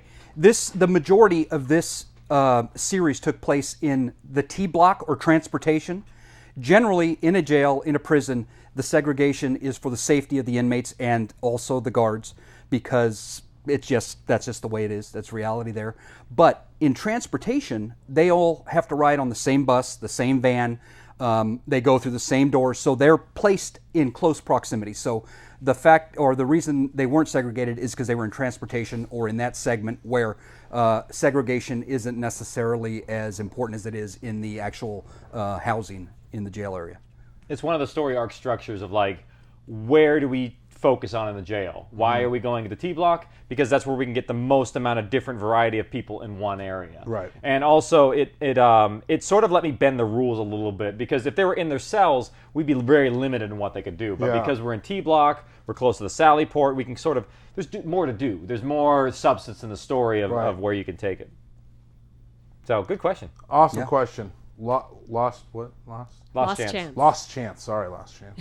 I was going to say lost in translation. I don't know. Next question. Okay, so Jurgen Liable would like to know, so do the guys in We're Alive know about the family? No, so do the... Yeah. Wait. Who's the guy? I think they mean, do the characters in the world know about the family that's happening in the world? It seemed like Simon did, because Simon's kind of a bad guy, so I feel like bad people would know about the family. Simon learned about the family inside of the jail from Chuck. Oh, okay. Yeah, so that was in part one. That's why the right. reiteration That's thing. right. But I think what they're asking is, do the characters from our main We're Alive cast, are they familiar with what the family is? And the answer is yes. And the reason why is because they documented a lot about it in the journals. Lizzie did as well. Her interactions with Scratch, all of that was documented. So they are aware of the family's existence. And because, and this may be spoiling a little bit in the future stories, but I don't really care. You're listening to the live stream, give you some cool things. The idea of the families, and the families were a secret before the story of survival. But now that the story of survival is out there and people have documented all about them, their secret's out. People know that the family's existence because of our survivors and We're Alive. So the secret's out. This is actually one of those stories. This is like the family. No, I'm just pondering here. The families are like a mixture of like a secret cult and mafia type of deal. That's what I'm. Skull and Bones and Mafia is the clear. That's the way to define them in the story itself. Right. Is the mix between the two. That's tight, man. That's really cool. Are we low on questions? Because we have one more right now. We have Lauren here. Yeah. Let's bring her in. Let's answer one more question first before we. Sure. Just in case it's another prison question, and then. Have you got any more prison questions? This question also has to do with diversity. Kat E. asks you, Casey, you seem to take care of diversity in all kinds, from race to age to gender. How important is that in your writing? It's incredibly important because it's all about showing the perspectives of people. And actually, there's a lot of social commentaries of like even certain minorities inside the jail system. I mean, I think everybody has trying to think of a good way of saying this. Right. Is like, I want to make sure that we show the variety of perspectives. I don't think that anyone could look at either character and be like, well, they are, no one's perfect. I mean, I believe Jody got a little bit of discrimination against. I mean, everybody is on the wrong side of the law in the wrong circumstances, and people kind of get a bad rap. Like, is Bogart a bad person? Is Chuck a bad person? These aren't bad people. These are just people who have made mistakes, and so I always want to show kind of like the perspective of walk in their shoes. Yeah. I mean, if you're Chuck like did some embezzling, some number fixing. He's a white-collar criminal who's basically spending 7 years in jail away from his entire family. It just should equal the crime. So that's sort of my commentary on that is I do want to show the perspective of show the minorities and the backgrounds and kind of it's an opportunity to bring a little bit of light in because you had no idea that you could be in jail for 6 years. I mean, and there's actual cases like people in jail. Yeah.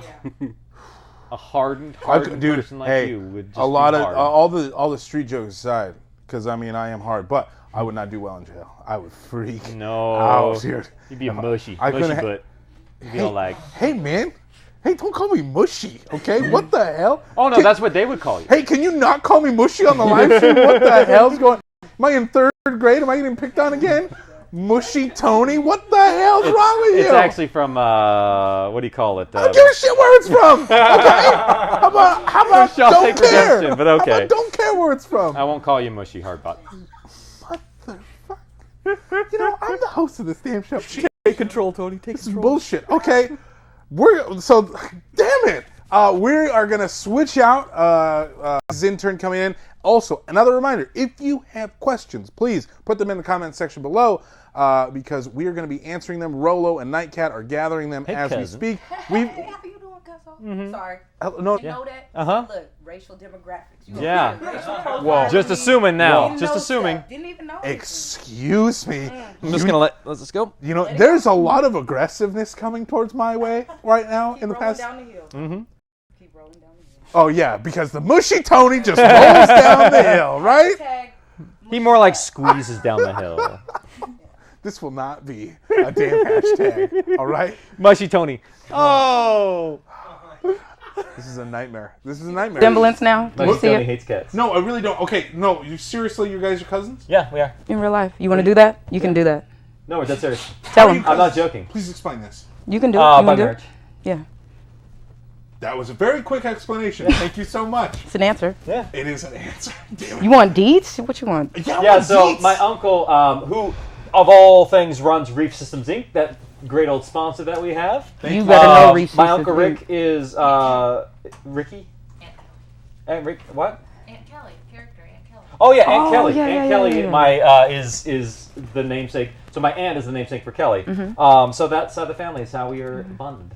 Yes. Fantastic. Yes. And how long have you been his intern? I did season 4. I did not have hair in season 4. Yeah, it was really short. It was really short. Okay, well, I was see- maybe 15 pounds heavier.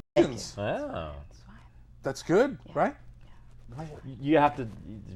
Yeah. You gotta. After what? I don't know. What are we doing? He's not getting it. Hey, It's fine. Hey, what the hell's going on over there, huh? Nothing. Nothing is going on. We'll excuse you. You know what? This is some straight up bullshit. Okay, I'm the one that's supposed to be making people feel awkward. What is this? What is it? A good card? What? Wow. You didn't even You're know. so good. I know. Hey, what the hell's going on right now? Huh? Do we plan this? What is going on right now? I don't know. You doing card tricks? What are you, David Blaine? I thought it was Queen of Hearts. It was Queen of Diamonds. That was pretty close. It was a actually. queen. Yeah, it was a queen. It's fine. It was a queen. And she's It's only a queen. few of them. You're the You're queen. right. Yeah. Charlie am. Oh Yeah. shit! I didn't know you were a queen. Yeah. Where That's do why you- I was like really lucky that I pulled that Woo, card. Nefertiti up in this Where bitch. where do you reign? Where do I reign? Yeah, Your Highness. Where is your Man, kingdom? this is universal. You're a global queen. Man, stratosphere, whole situation. So Lauren came on in season 4 as his intern. Yes. She was she did a lot. Actually, you were also working with Lockdown. Yes. As well. She was Yes. one of our main interns for Lockdown, running. I mean, because we had people in the hotel. Like this was incredibly complicated. I got lots of production. sandwiches. I Lots got of- so many sandwiches. We had And more all, sa- like, we so had- much mustard. There was so much mayonnaise left after We that. had like It's stacks disturbing. of sandwiches. It's So like, what do much. we do with all this? Our little baby fridge could not handle all of that mustard and mayonnaise. It was just like an I handled it though. Yeah. I handled all of them condiments. The mustard was essential for all the simian scenes. It was so look, cause he was so picky, man. I don't think. So picky, man. I don't think a funnier line Bogart is was ever- the pickiest eater of them all. Go do like I was like, oh, you want some tea? He was like, yeah, but not that tap water. We had to go up into the locked area on the second floor to get special water. To then he was like, I don't want that microwaved. It had to be hot.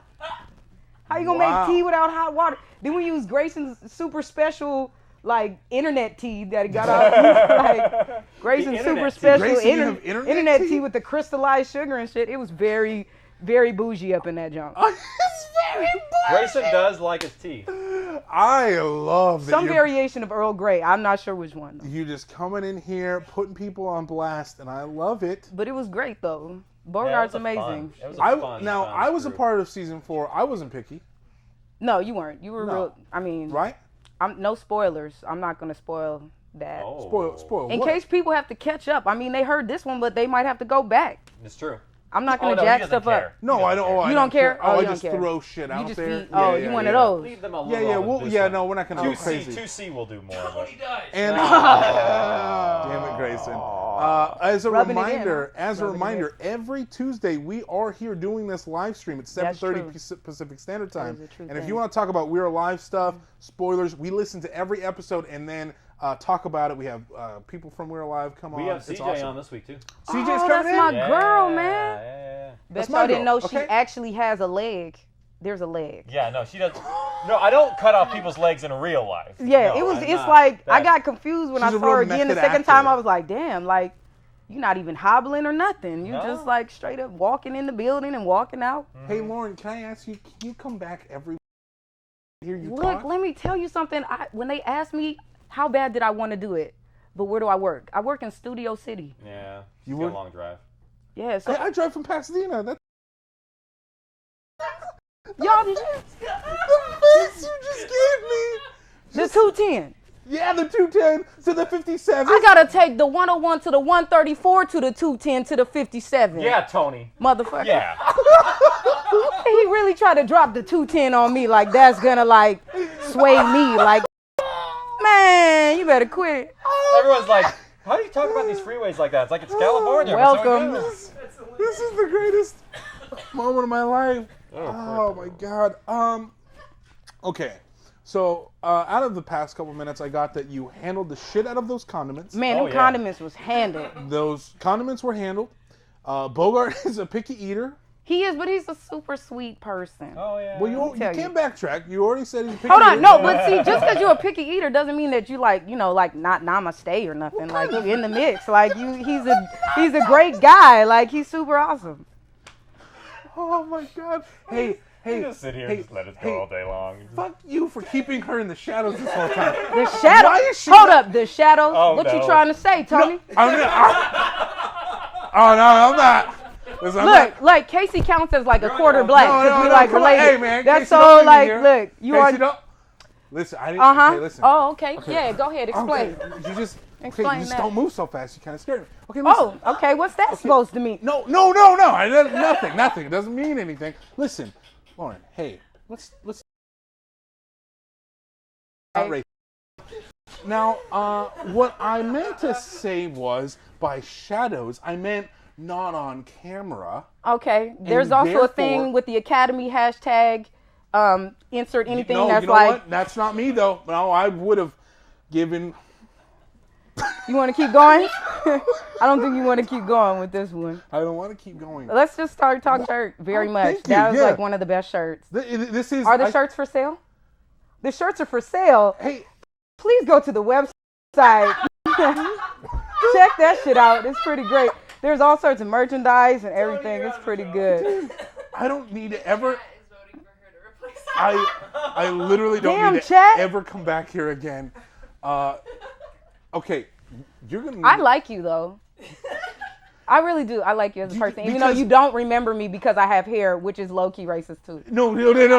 It is not low key racist. It is High not key. any. It is not any key racist. There are Okay. no keys of racism in happening. I right don't here. know. I seen a piano. It got white and black keys on it. Oh my god. And they're separated. Oh my god.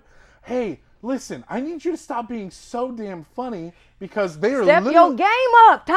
I'm trying, but I'm so scared right now. I'm just. Okay, I'll back listen. away. Oh, hold on. That's gonna mess up the Zoom. I ain't even gonna do that. Yeah, you can't do that. What about the Zoom? I'm gonna stay right You here. have to think of the You Zoom. gotta get comfortable. You see, this is why you can't be host yet because you don't know about the Zoom. So. You know, I did. I corrected. I self-corrected for the Zoom. Yeah, but not before making the mistake. I didn't even step outside of it. Okay, what is your favorite? It's not my fault I don't have a special chair. Oh, we still going? Yeah, we're still going, Casey. Thank you so much for leaving. I had to use the restroom, so. I'm sweating bullets. I am scared for my life. Because. High five, Okay. Cuzzo. Okay. Do we have any questions from the chat? Hold on, but I am gonna say this. Look, nepotism was not always real. You know, I did not make the first cut. Only reason I got this intern situation is because somebody else bailed out, and then he was like, "Hey, guess what? You didn't Y'all make the still first cut? interested? You still interested?" I did not. Tell him. I did Why not. didn't you make the first cut? Grayson, I don't remember that. I did not make the first cut. No, I No, didn't. Grace. No. Yeah, he sent me like one of those. Thanks for trying. Hey, emails. Casey's cousin. Thanks for trying. He sent but me a no thing. thanks. I hit up Ricky. I was like, "Damn, Rick. Damn." I do not. What show about those nepotism. I don't even show He nepotism. doesn't. That's what I'm trying to say. It was No, legit, like, straight down the Blair- line. Blair had to earn her role. She really did. Like she was not given a role at all. She had to earn it. I She believe did. that. She's Well, she was legit. fantastic. She's fantastic. She's great. Blair's Sitting just right sitting there. over there. Okay. So what was your favorite? Why did you want to be his intern? Are you serious? Have you heard it? I'm just trying to. We got questions. I have heard We're Live once or twice. Okay, so what had happened was I went to Christmas and Ricky was like, "Oh, Lauren, you like that sci-fi shit? Check out Casey's podcast." I was like, "Oh yeah, sure. It's probably gonna be some bullshit." I turned that on. I turned it on at work. Look, I'm fired from that job, so it's completely irrelevant. So I had turned it on at work and was listening to it in one headphone and was like, "Damn, I need surround sound." And then I got in the car. I listened to the first 2 episodes. And then it was just addicted all day at work, in the car, in the morning, on the way to work, at work, in the car. I smashed through 3 seasons in a week and a half.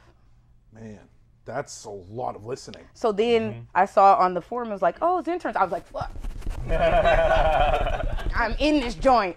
Then I got rejected, but then I got back on. And then it was me and Ray and beef jerky and M&Ms all day. Peanut M&Ms. What did you just say? I'm sorry. What did you just say? Beef jerky!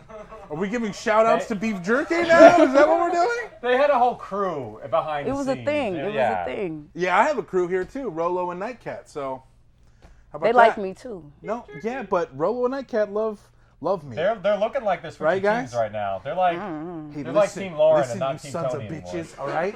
You're gonna fucking back me. Yeah, on I got this. some hearts. We got some hearts going on in this direction now. I don't know. What are these questions? This is bullshit. You don't call for questions, all right? You don't fucking call for questions. Okay, so we got questions. No, hey, wait. Hey, Nightcat, give me those questions. Sure. Okay, so. I can't give Lauren the questions. I'm just trying to help you out. You don't help me out. I help me out. I'm fine. Why'd you invite me to the couch, Tom? I didn't invite you to the couch. Steve Athalese, sorry, Steve, would like to know, would it be fair to consider the other survivors of lockdown part of the family now, or how does someone join the family? How do you get in the family? Blood in, blood out, right? That is something I'm not going to talk about right now. You can't talk about that? No. Spoilers. That goes deep into the lore that it's not for the story yet. Okay. You lost. I'm sorry, bro. That was a great question, though. It was great. You see what you did? See, you cornered them a little I bit. can tell you that in order to get their rings, they have to prove themselves somehow, or they have to prove themselves, and it's also inherited. I'll give you that. That's all I'll give you. So that's nepotism. It really is a There family thing. there are family heirlooms that are the rings. Damn. I believe Scratches is a family heirloom. I believe that one is a family heirloom. Yeah.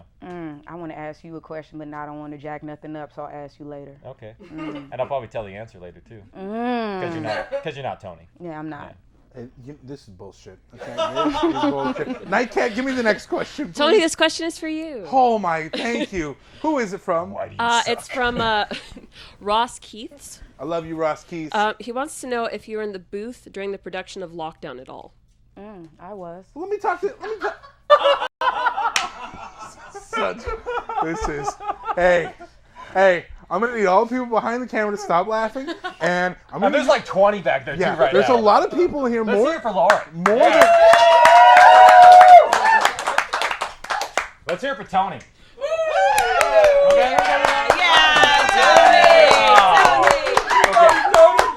They came through in the end. They came through. Hashtag mushy butt. Mushy is not gonna happen. I'm recording Shawshank, but okay. Damn. Okay, so no, I wasn't. I was.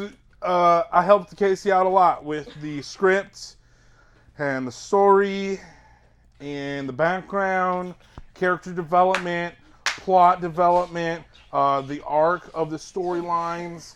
A lot of the dialogue really was. Here at the finale this morning. Oh, you fancy. Yeah, I am fancy. Yeah, You had like a 6-hour head start on everybody else. That's right. But I got the script up in my bookshelf in the closet. I'm just saying, if you want to take it like you so legit, it's in a yellow binder and everything. It's beautiful. It says script soup on it. Yeah. Yep. I was production manager. Oh, yeah. Actually, that's how I got all them sandwiches. I drove a van. Tell him, Gray. She did. I drove a van, and we had so many technical difficulties with that damn rental office. It was horrible. I got like messages at like 11:30 at night in the van, and I'm like, Well, I'm going to bed. Yeah, that's what happened. I have literally never laughed this much. Have you rode in the Jeep? What Jeep? Whose Jeep? Grayson's Jeep? No, he's never let me ride in the Jeep. Shotgun. You said you don't let people ride in the Jeep. This is bullshit. Okay, do we have any more questions? Yeah. We got a couple more. All right, let's get to it. Ashatonka would like to know. How did Ink know people were still in the jail? Hey, let's talk about lockdown. That's crazy. I've had enough condiment stories to last me a lifetime. Well, how did Ink know there are people in jail? He know they didn't get out. So. Inefficiency runs rampant in the jail system. Why would they be out? No. I would assume they'd all be in there. When Katrina I happened, still love you, Ray. Not a thing. That's not you. It's okay, Ray. It's okay, Ray. She has a thing for attacking other people. Okay, you want to go down that road again? Yeah, I do want to go down that road again.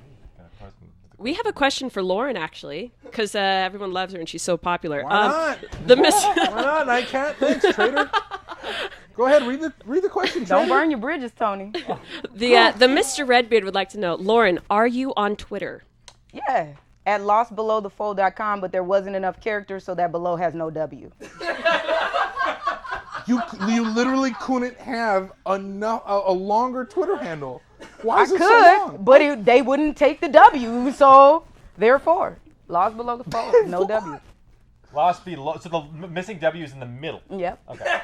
That's exactly That's right. so okay.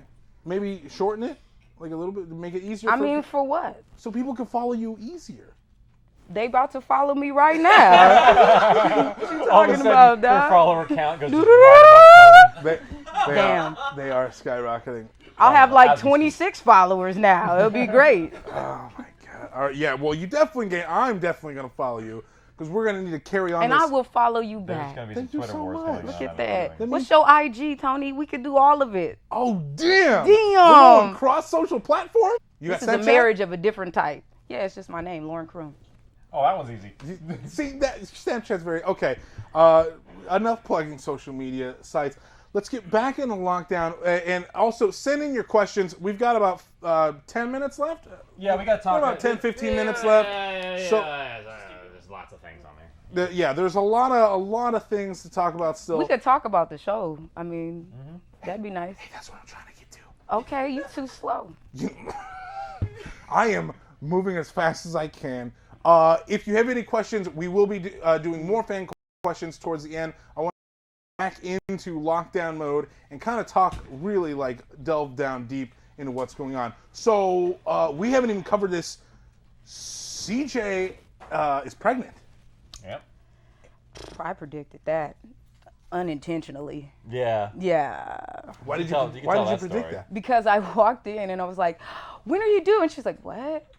And I was like, "I thought you were pregnant." And she's like, "No." And You then did this in real life? In real life. Oh, wow. The Freaked one me thing out. you don't do to a woman. Oh, You don't ever. No, but she didn't look pregnant. I was like, "Damn, you look good as shit." And she was like, "What?" I was like, "Aren't you pregnant?" I had misread something on the internet or something, and then that popped up. Yeah. Have y'all seen this? Yeah. Where is pregnant? Yeah, we talked about that at the beginning of the show. I'm still freaking out about this. Isn't that cool? This is the best picture you have ever taken. Thank you. This is Thank a you. great picture. I That took said like it's a 100 shots. sexy. It's a very sexy picture of you. It makes me look like a man. Well, you are a man. The beard is but so I'm like a skinny, scrawny looking guy. That makes me look like thick. Ugh. Blair, do you hear how he's talking tonight? Thick. This is not unusual. Thick. That's why she hasn't flinched or anything. She's just Thick. She's like, this is normal. Thick. Yeah. Okay. Well, I guess. For a So. writer, he does not have a strong command over the English language. Yeah, really. Did you know that you and Ink have the same head circumference? Oh, it's him? I don't doubt it. I played his voice. Oh my god.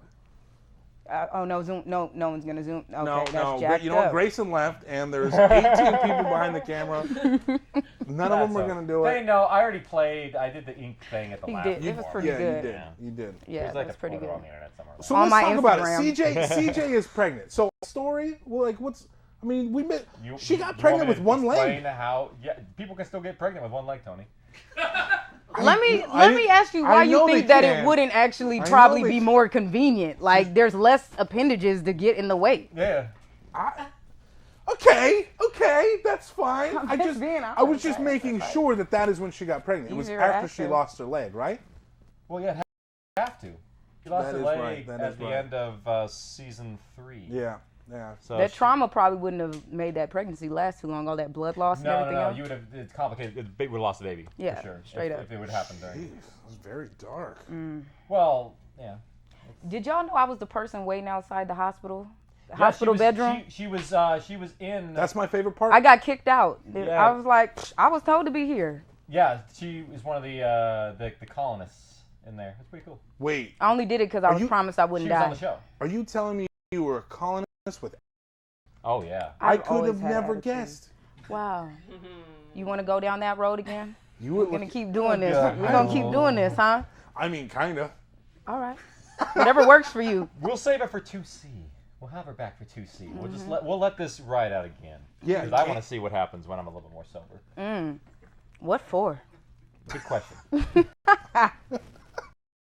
What else we got? Because we got a couple. Questions, We got a couple things coming up So- at the end here. I want to talk about. Yeah, here. so every episode of Apartment2C, again, Apartment2C, Tuesdays, right here on this channel, 7:30 Pacific Standard Time.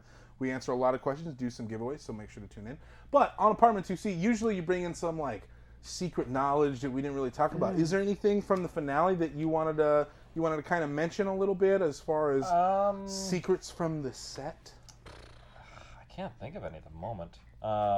There's a lot of open-ended questions at the end of lockdown, Yes, and I think that the more that I would comment about those open-ended things, the more people with less theories. So I'll leave them open. Can you comment about, are we ever going to get to see the storyline take place in where are they going? Baltimore or Texas? Where I are they haven't going? decided.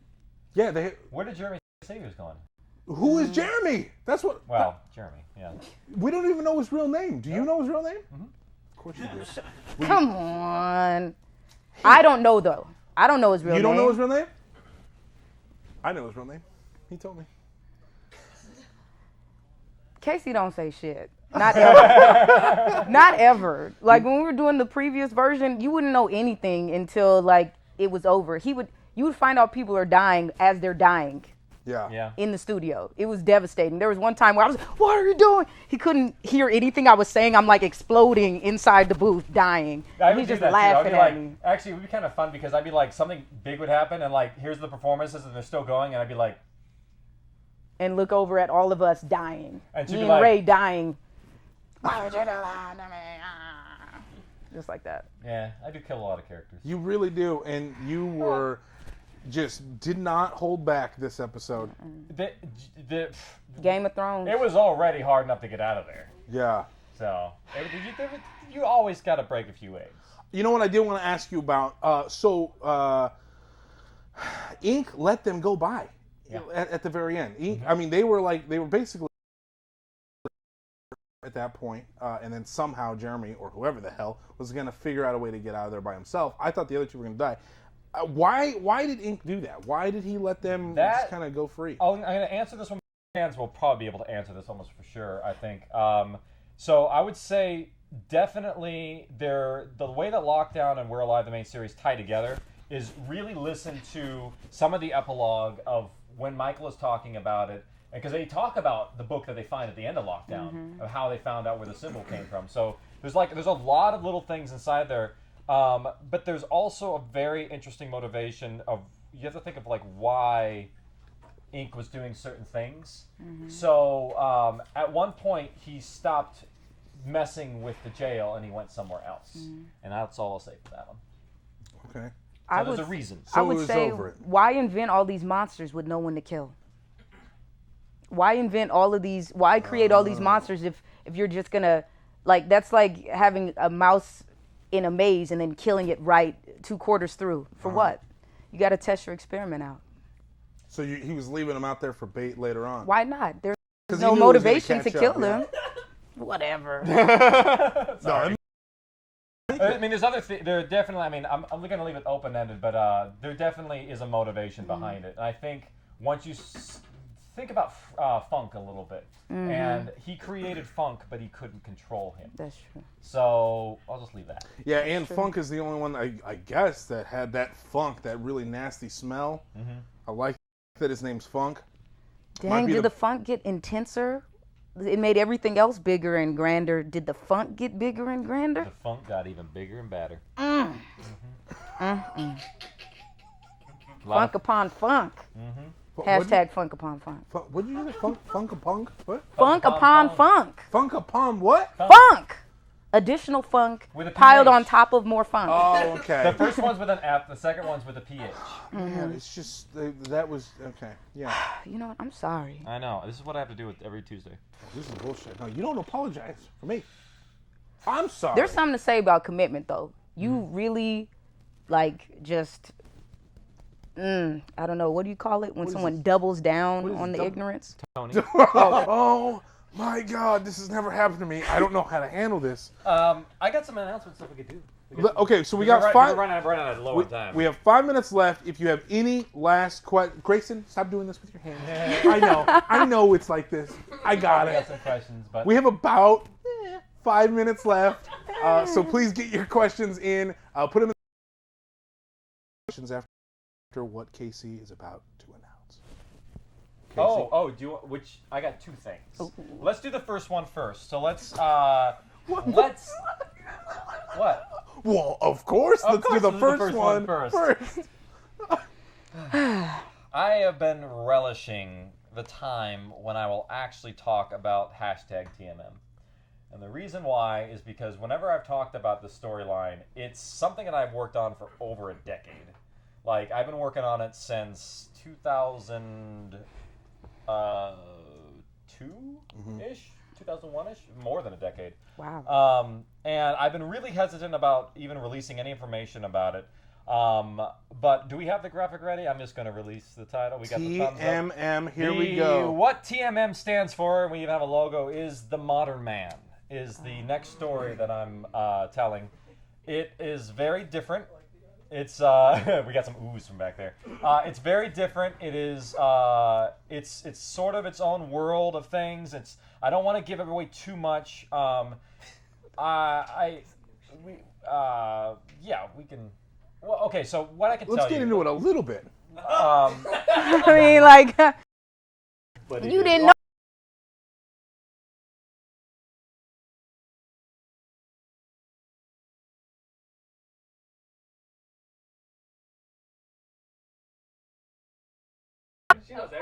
You know everything. She knows the entire storyline. That's who you're supposed to get drunk. You got the wrong one drunk. She's a mother. I'm a mother too. What you trying to say, Tom? Oh shit! Here we go. Here we go. Well, the fires are burning. But anyway, back to TMM. I cannot say that TMM is next. I can't say it's going to be after the next one. The reason why I'm releasing the title now is so that people can. I'm going to do some little hints and things and do some teasers and stuff. But the big thing is TMM is a huge story. It's an entire series. It's multiple seasons long with tons of little side stories as well. And I don't want to start it without knowing that I can financially finish it. So that's one of those things where I'm building the foundation for a lot of stuff. Lockdown is building that foundation. Gold Rush is building that foundation. There might be other side stories that'll build that foundation. So eventually, if we can generate enough of this to go and make it happen, I'm going to do that.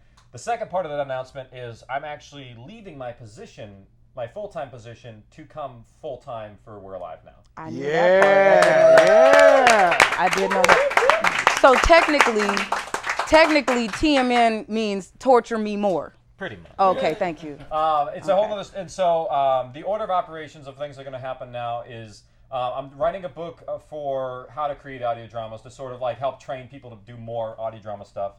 Because I find like the bridge gap of knowledge between somebody coming from film to do audio is like, it breaks my back every time I train somebody new. So I'm writing, like the book is training materials for that instance.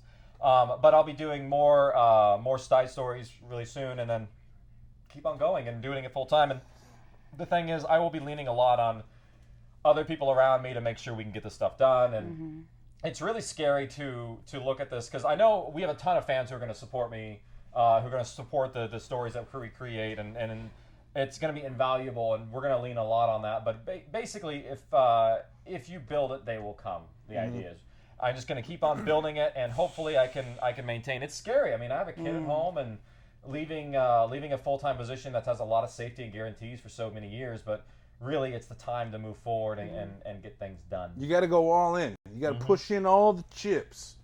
But that also leaves us with some bad news. Oh, cuz. We're losing somebody along the way. You killing someone else? What are we doing? Yeah, we could swap out if you don't mind. Oh, couldn't have come too soon. I know that. Well, Ratings don't mean shit in this. thank you very much for coming on. I mean, I'm sorry, Sean Lewin. I'm sorry, Brett Newton. I'm sorry, everyone else that we've ever had guests on this couch. We got an MVP over here. Like, she was the best guest of all time. We'll have her back.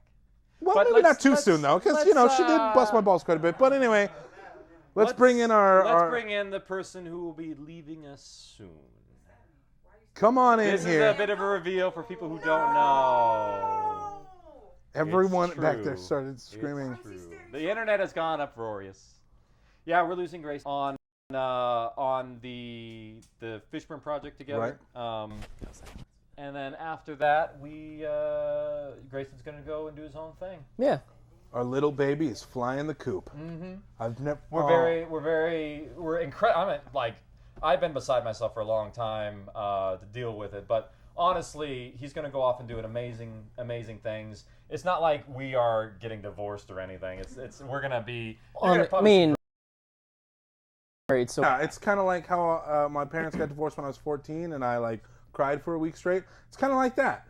So yeah. Thanks, guys. Thanks. We're not going to fight. We both Tony, we both still love you. Yeah. Okay. This is not the end of. This still means 2 Christmases. Yeah. I want double presents. And half a Hanukkah. Well, okay. I'll take half a Hanukkah. What is that, 6 days? It's like 5 candles. Yeah. 5 candles? Yeah. I'll take 5 candles. All right. I love half Hanukkah. So yeah. So Grayson is I talk every week. I talk a ton of shit. I talk a ton of shit about Grayson, but it's all out of love because Grayson really steers the ship. He is a huge asset to this show and to Wayland Productions. I mean, I'm lucky I get to hang out with him once a week during Apartment2C, Tuesdays, 7:30 Pacific Standard Time, right here on this YouTube channel, so make sure to subscribe. We'll be back. Trying to just plug it as much as possible. But yeah, so this is a huge loss for us, and I like I said, all of my shenanigans and poking fun is all out of love because he is the man behind the camera, making it all run. He's the guy that makes sure the it's true. Casey's the one that designs the trains, and Grayson's the one that makes the trains run. So, I throw them down the track. You throw them down the track, and they are on time.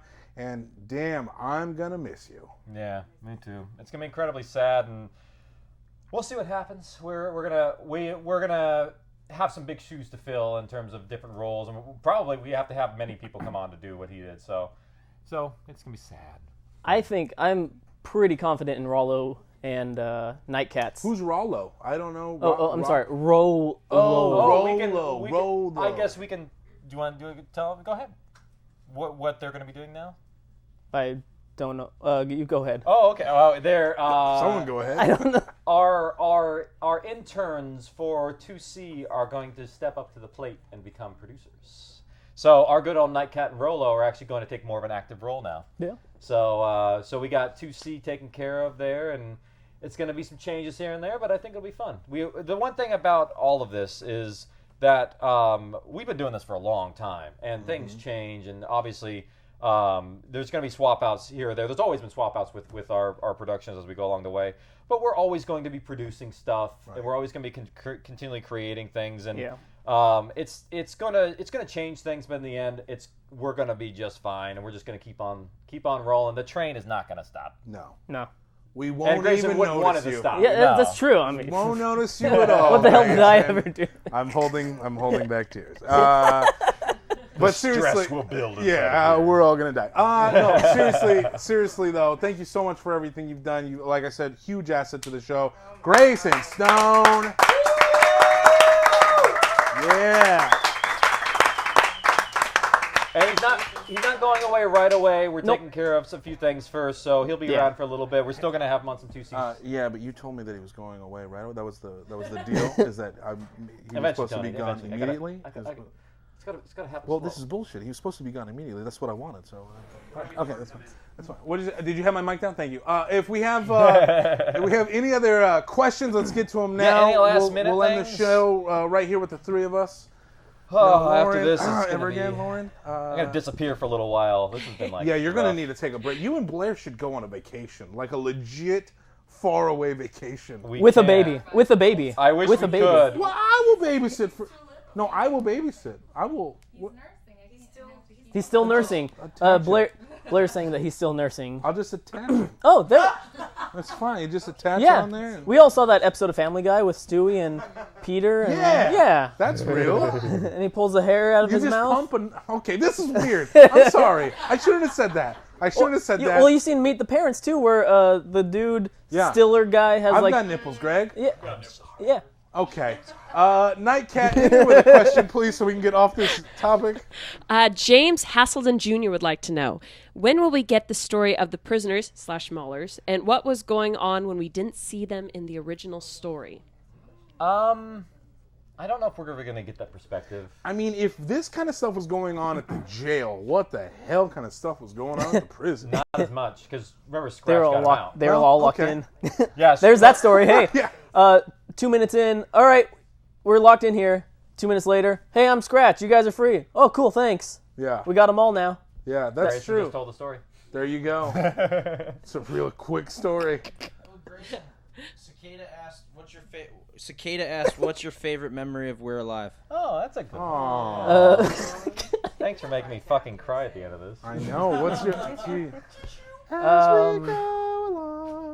We remember all the times we had together. Is this a thing? What the hell is this? I don't know what the hell this is. What the hell is this? It's vitamin C. That's vitamin C. It's like the go-to. It's like, vitamin C? That's Yeah.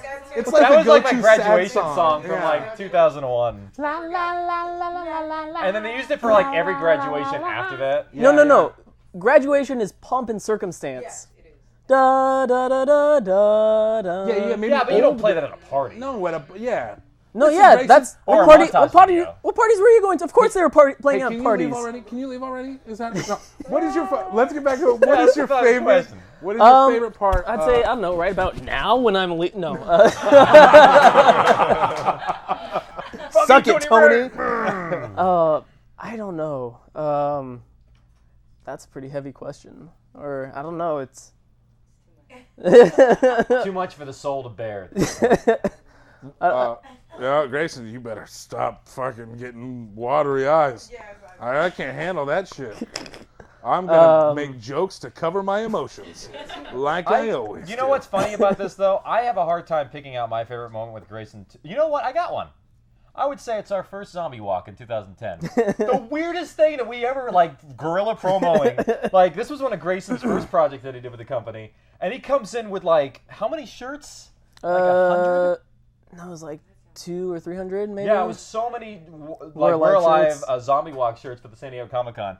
That was awesome. And we did make you got a lash. No. Whoa! Hey guys.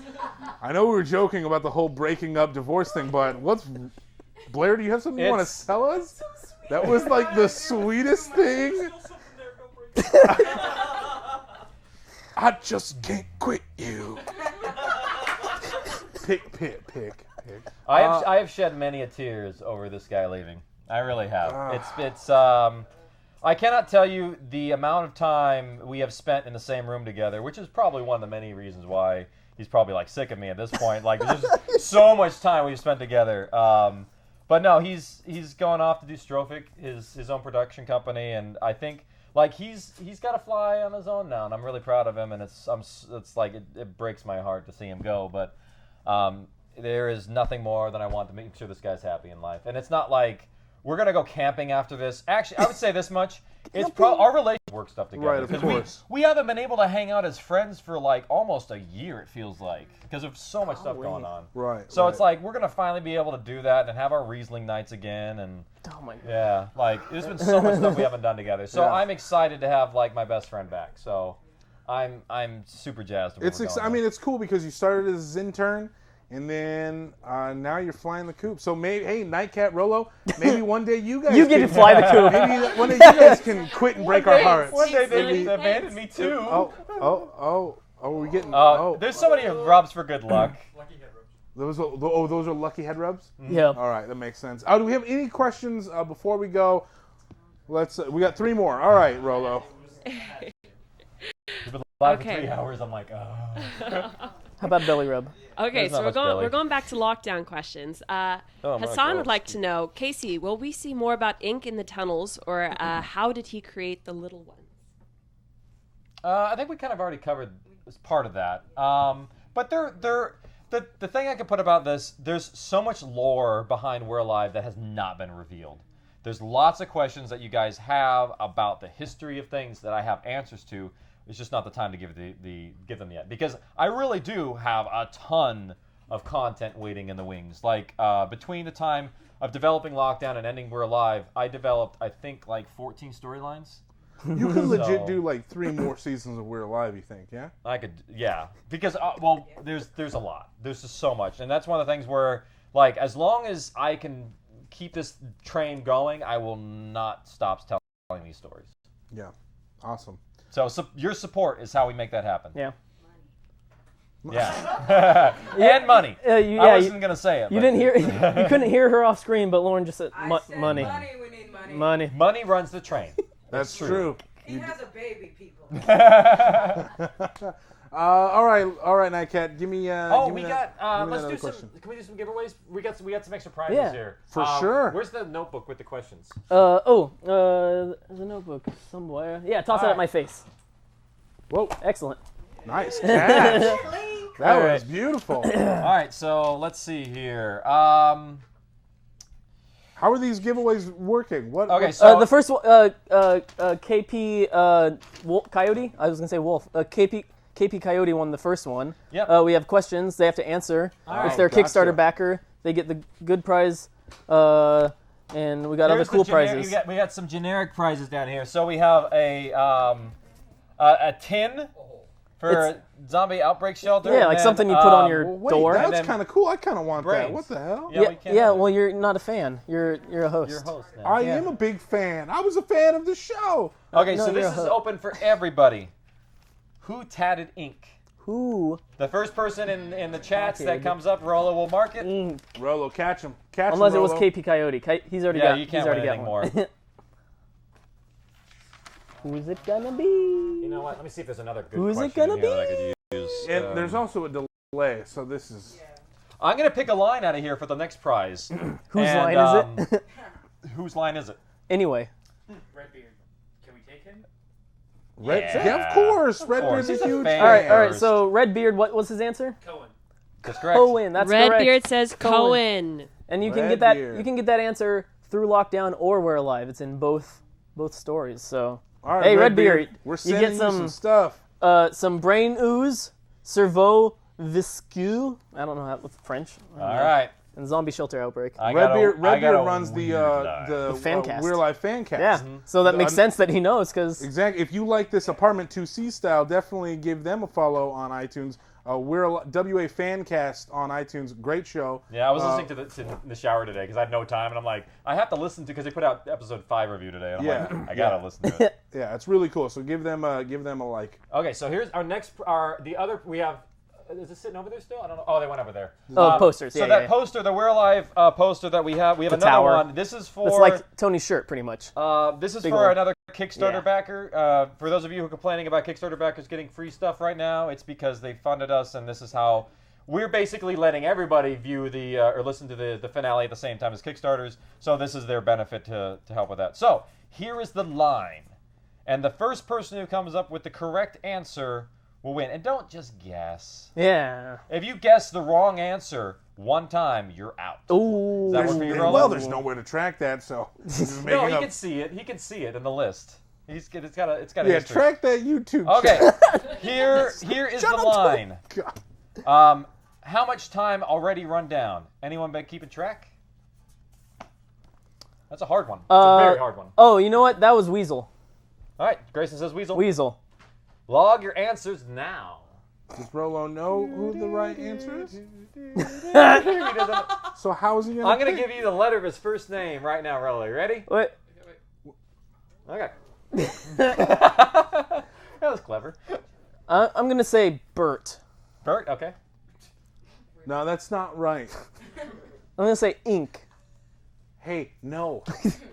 CJ. Why won't you leave? Do we have a winner? Please, hopefully, please end No. this. Please. Ooh, they don't want to guess and get the wrong answer, do they? I'm gonna say it's that real classy, sexy looking waiter at the end. Hey, brother Dan got the joke. Was that you? At Yeah. The end? That was, I could Brother. hear you. Okay, so Brother Dan was going to play the waiter, but then we actually made him inmate number 626? No, that was the other one. Okay. Yeah, there's inmate. Okay, so there's two people that you hear in the dining hall. Is Hey, shut up! It was so great. I love that character. Like, So good. I was like, can we do some more lines with you, Brother Dan? I was so mad that I had to kill him off. It's always the fun ones. So it was inmate 626 and the other. That's not the answer to the question. But inmate 626 and I forgot the other one. It was something like that. 721. Something like that. But inmate 626 is a. Does anybody get the reference? I'm just curious. I do. You got it? Did anybody Yeah. else? Inmate. Lilo and Stitch. Yeah, Lilo and Stitch. Stitch is 626. 626 was Lilo and Stitch. Oh. Yeah. That's super underground. Yeah. And I like it's never that. mentioned. There's. Okay, do you want some more? Do you want some more? I got some more. No. We give a winner? This We was have a no winners so far, very so we'll hard keep question. going. We'll keep going. Make it real easy. who it was.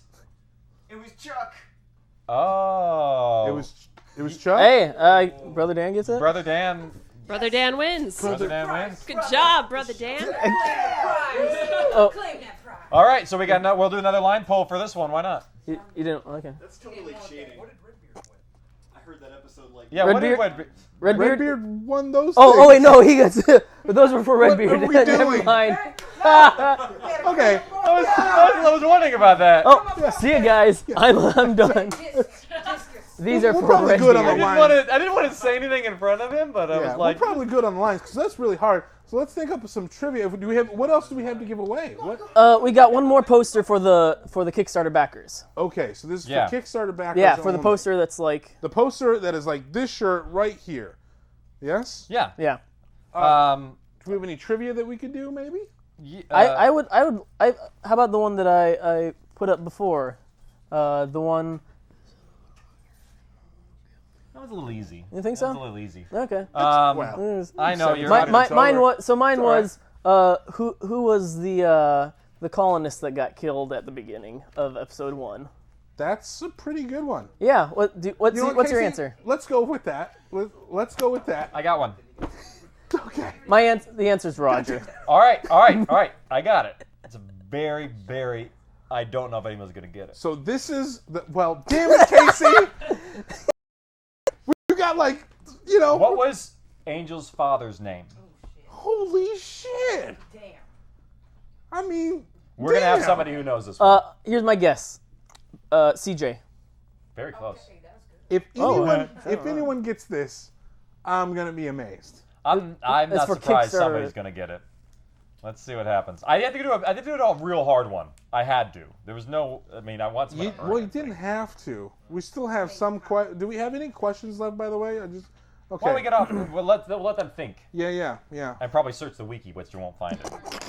Angel Senior. That's fine. Angel Senior. Angel's dad. Who was that? Mr. Angel. Stars X. Is that a Kickstarter backer? Star X. Well, I don't know if they're close, but it's not what I was looking for. Senior the 7th. Angel Senior the 7th. So yeah, Nightcat. What's that last question? To finish. Oh, I thought this extremely long trivia question going on right now, and then. Yeah. Yeah. I know. Because it's one of the perks that they get. It's to win a prize. yeah. It's one of the things that we're doing for Kickstarter Backers Special on the broadcast. Yes, they made this happen. Like literally, we funded the project with Kickstarter backer money. Yeah. I mean, this project wouldn't be here without you guys. So, thank you. No one got it? No. I'm not surprised at all in the least bit. So let's do for the final trivia question. Which doctor got it? Which doctor got it? Which doctor? What's the answer, please? Angel Tenuto. Correct. How? Which doctor? It was a witch doctor, so that makes sense. Senior person is pissed. Because Angel Senior was technically right, but I ruined that last name. Angel. So he got it. Good job, Tenuto. witch doctor. Perfect. Witch Nice doctor, job. congratulations. Ooh, that was You're awesome. getting the poster that looks like this, and now You're getting the shirt off Tony's back, you're essentially. getting the shirt. Yes, I'm going to send this straight to you. We have one final fan question, and then we're going to skedaddle out of here. Yeah, let's go. Let's eat some cake Yeah. and go home and pass out because it's necessary at this point. Absolutely. All right, Nightcat, hit me with that final fan question. Okay. It better be a good one. Oh, okay. Well, now there's too much pressure. Okay. Yeah. Well, I have a personal question, actually. Damn it, Oh. Nightcat. Okay, if All we right. clear everything off the table before Grayson leaves, will he flip the table on his way out? No, I don't want to We've had a few destroy requests it. for that, actually. So. No, because if I flip it too hard, it could bounce and hit the camera. Grayson, and stop worrying so much about stuff, and you're going to flip the table. You don't have to alright? throw it. Whoa. All right. So let's get that final fan question. Okay, so we got a Foley question, actually. Oh, Foley. We're gonna end on Foley. Yeah, Cool. whatever. No, that's great. That's a lot Nightcat. of fun. Hey, If they Nightcat. realized how much Foley went into this, they'd be like, it's majority of Foley. Hey, Like, Nightcat, look at hours. me. Hey, lock eyes with me real quick, Nightcat. I don't want to. Gonna need you to step it up, huh? Hey, we're only trying to end the finale of Lockdown, and you're hitting me with Foley? What are the handcuffs on the table? The answer's a block of wood. Some metal keys. That's what we use. What the shit? Some boots on gravel. That's the answer, Nightcat. There's All more right. to Foley than that, so let's hear the question. All right, I really all want right. to know it now. All right, Casey, what was your favorite moment of lockdown? I'd say the conversation between Bogart and Jeremy in the when they're isolated in that hallway. That's good. Yep. That's real That good. was by far and away the most complicated thing I ever wrote because I wanted to get both perspectives, not offend people, but still be true to the characters, and that was incredibly hard to get a I good love balance that in part. there. And it was incredibly risky because there's of the two things you cannot talk about in that you can alienate is politics and religion. And I'm like, I haven't touched on religion as much as I wanted to, and I got to do that in this. That was a very great happy scene, about it. dude. And all joking aside, let's get the Foley question in there because it is interesting. Okay. All right, it's really great. It's really good. Okay. The squeaky chairs in lockdown. How dare you? Damn it, Where did Nightcat. they come from? Where did the squeaky chair? Everyone, the finale of Lockdown. It's at. Do you I'm want so to happy know? you don't have a mic right now. It's kind of epic. Yeah. So where are the squeaky chairs from Lockdown? Hashtag mushy They butt. are at okay. So 2 squeaky chairs were used in the making of Lockdown. One of them is actually custom made. So my dad actually. So anytime they're sitting on a bench, we actually have a steel bench that was made specifically for sound effects, where you have to like sit on one side and like you have to like maneuver the other side to get it like squeaky. So it's incredibly. Matter of fact, we went back after the first 2 chapters and redid a whole bunch of Foley because we didn't have that piece. Yeah. And it was pivotal of like when here, let me just do a demonstration because this is actually a really good question. So when we did the like Foley stuff, we would like sit on the table like this, and like literally you're like pushing on it at the right moment, and then you'd have like certain chains. You would sit on half of them so it doesn't get too rattly, and then like maneuver like this to try and emphasize the lines. And the crazy thing is when we did that, all of a sudden all the voices became grounded in the scene. Why Foley is so important for audio productions is because otherwise the voices float. The Foley is the only way you connect a voice to a scene is have them actually interact with it. So this was the only way we could actually make them feel like they were inside the jail, chained to these places. Because it was, and by the way, those chains, I hate chains. We're so glad when the chains were off, we're like, yes, No more 'cause chains. all the Foley was like, we had to do the chain separately because the footsteps and everything were just so overridden by chain, like this high-pitched thing. Nuts. Yeah. That was actually interesting. we have one more fan question from the back. Yeah, I just want you to confirm that while 2 Let's get her a mic real quick. just in case. I just want you to confirm that while 2 chairs were used in the production, neither one was harmed. Well, You can't guarantee that. no. Yeah. Like the thing is, when you make a chair squeak, Yep. you kind of damage it. Yeah. You So- broke a chair, man. My How office dare chair you. forever squeaks. So like, if we're doing Foley, you can't move in the chair now. Like, if someone's recording, you're like, you have to sit there perfectly still. Otherwise, you're gonna hear this, and it's like, And it's got like a pleather covering, and so if you wiggle in it, you hear like a little pleather squeak fart. Yeah. And kind the of thing. first We're Alive squeaky chair, which I edited Sweet. so much that it burned Fart through jokes. the leather. Like there's like you look and there's leg marks where my legs were because I sat in the Holy chair for so shit. long. It's sitting outside now, and we have a cover for it, so it's like the outside reclining chair. Oh, nice. We got one more thing from Nightcat, and then we are on our way. Grayson, do you have any parting words? Lauren just said, "Don't do it." Yeah, no, but for real, Grayson, let's since you're quitting, you're a quitter, and please tell us what are your final words, man? What do you want to say to the We're Alive, family, the Lockdown family? Tell us. know what Casey just said. I said sherbet lemon. But I mean, I know what you said, but I don't know. Why did you say sherbet lemon? What is sherbet lemon? People will know. People will know. See, you can't say that. I have no idea what you're talking Does about. anybody know sherbet lemon? Never mind. Go ahead. I don't want to steal your Sherbet lemon. I said it. It was a wild ride. It was real good, and oh god.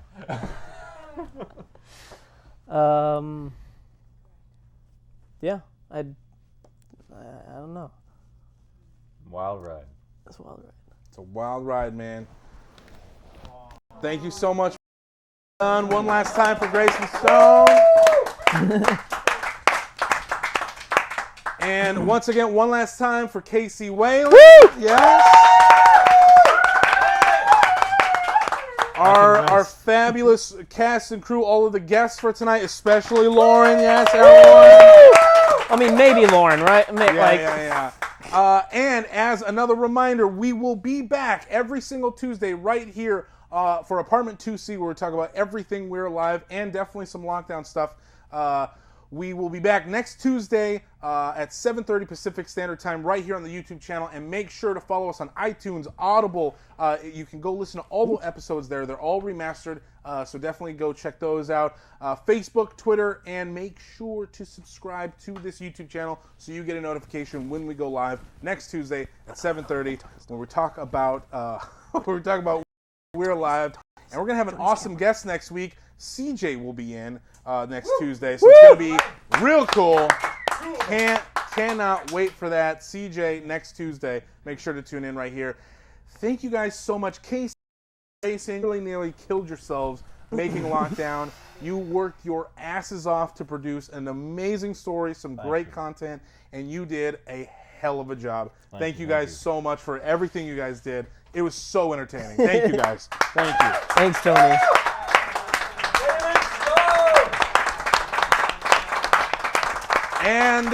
And with that, there is one thing left to do. Grayson, please take off that microphone for the last time and flip the fuck out of that table. Yeah. You take off your microphone, I said. You can't even table flip! Table flip! Oh my god! Oh my god! What did you do? What did you, monster? What the hell's wrong with you? Look at what you've done! How dare you! Hold on. Let's try this. We're good. It works! Don't sit over here. Frame it out. Look, I can still. We're totally cool now. Yeah. See, look. It works. Ray had a great joke. It's the CJ table, which is perfect. Hold on. Because, Can I have the leg for? Because that's what I did with the other character. well, that's super weird. Hey everyone, thank you so much for joining us. It was a great. Grayson, you could not be in a. You're in my shot, Grayson. All right. Hey. Thank you so much for joining. Would you? Okay, this is worse than Lauren. Hey, thank you so much for joining us. We'll see you guys later.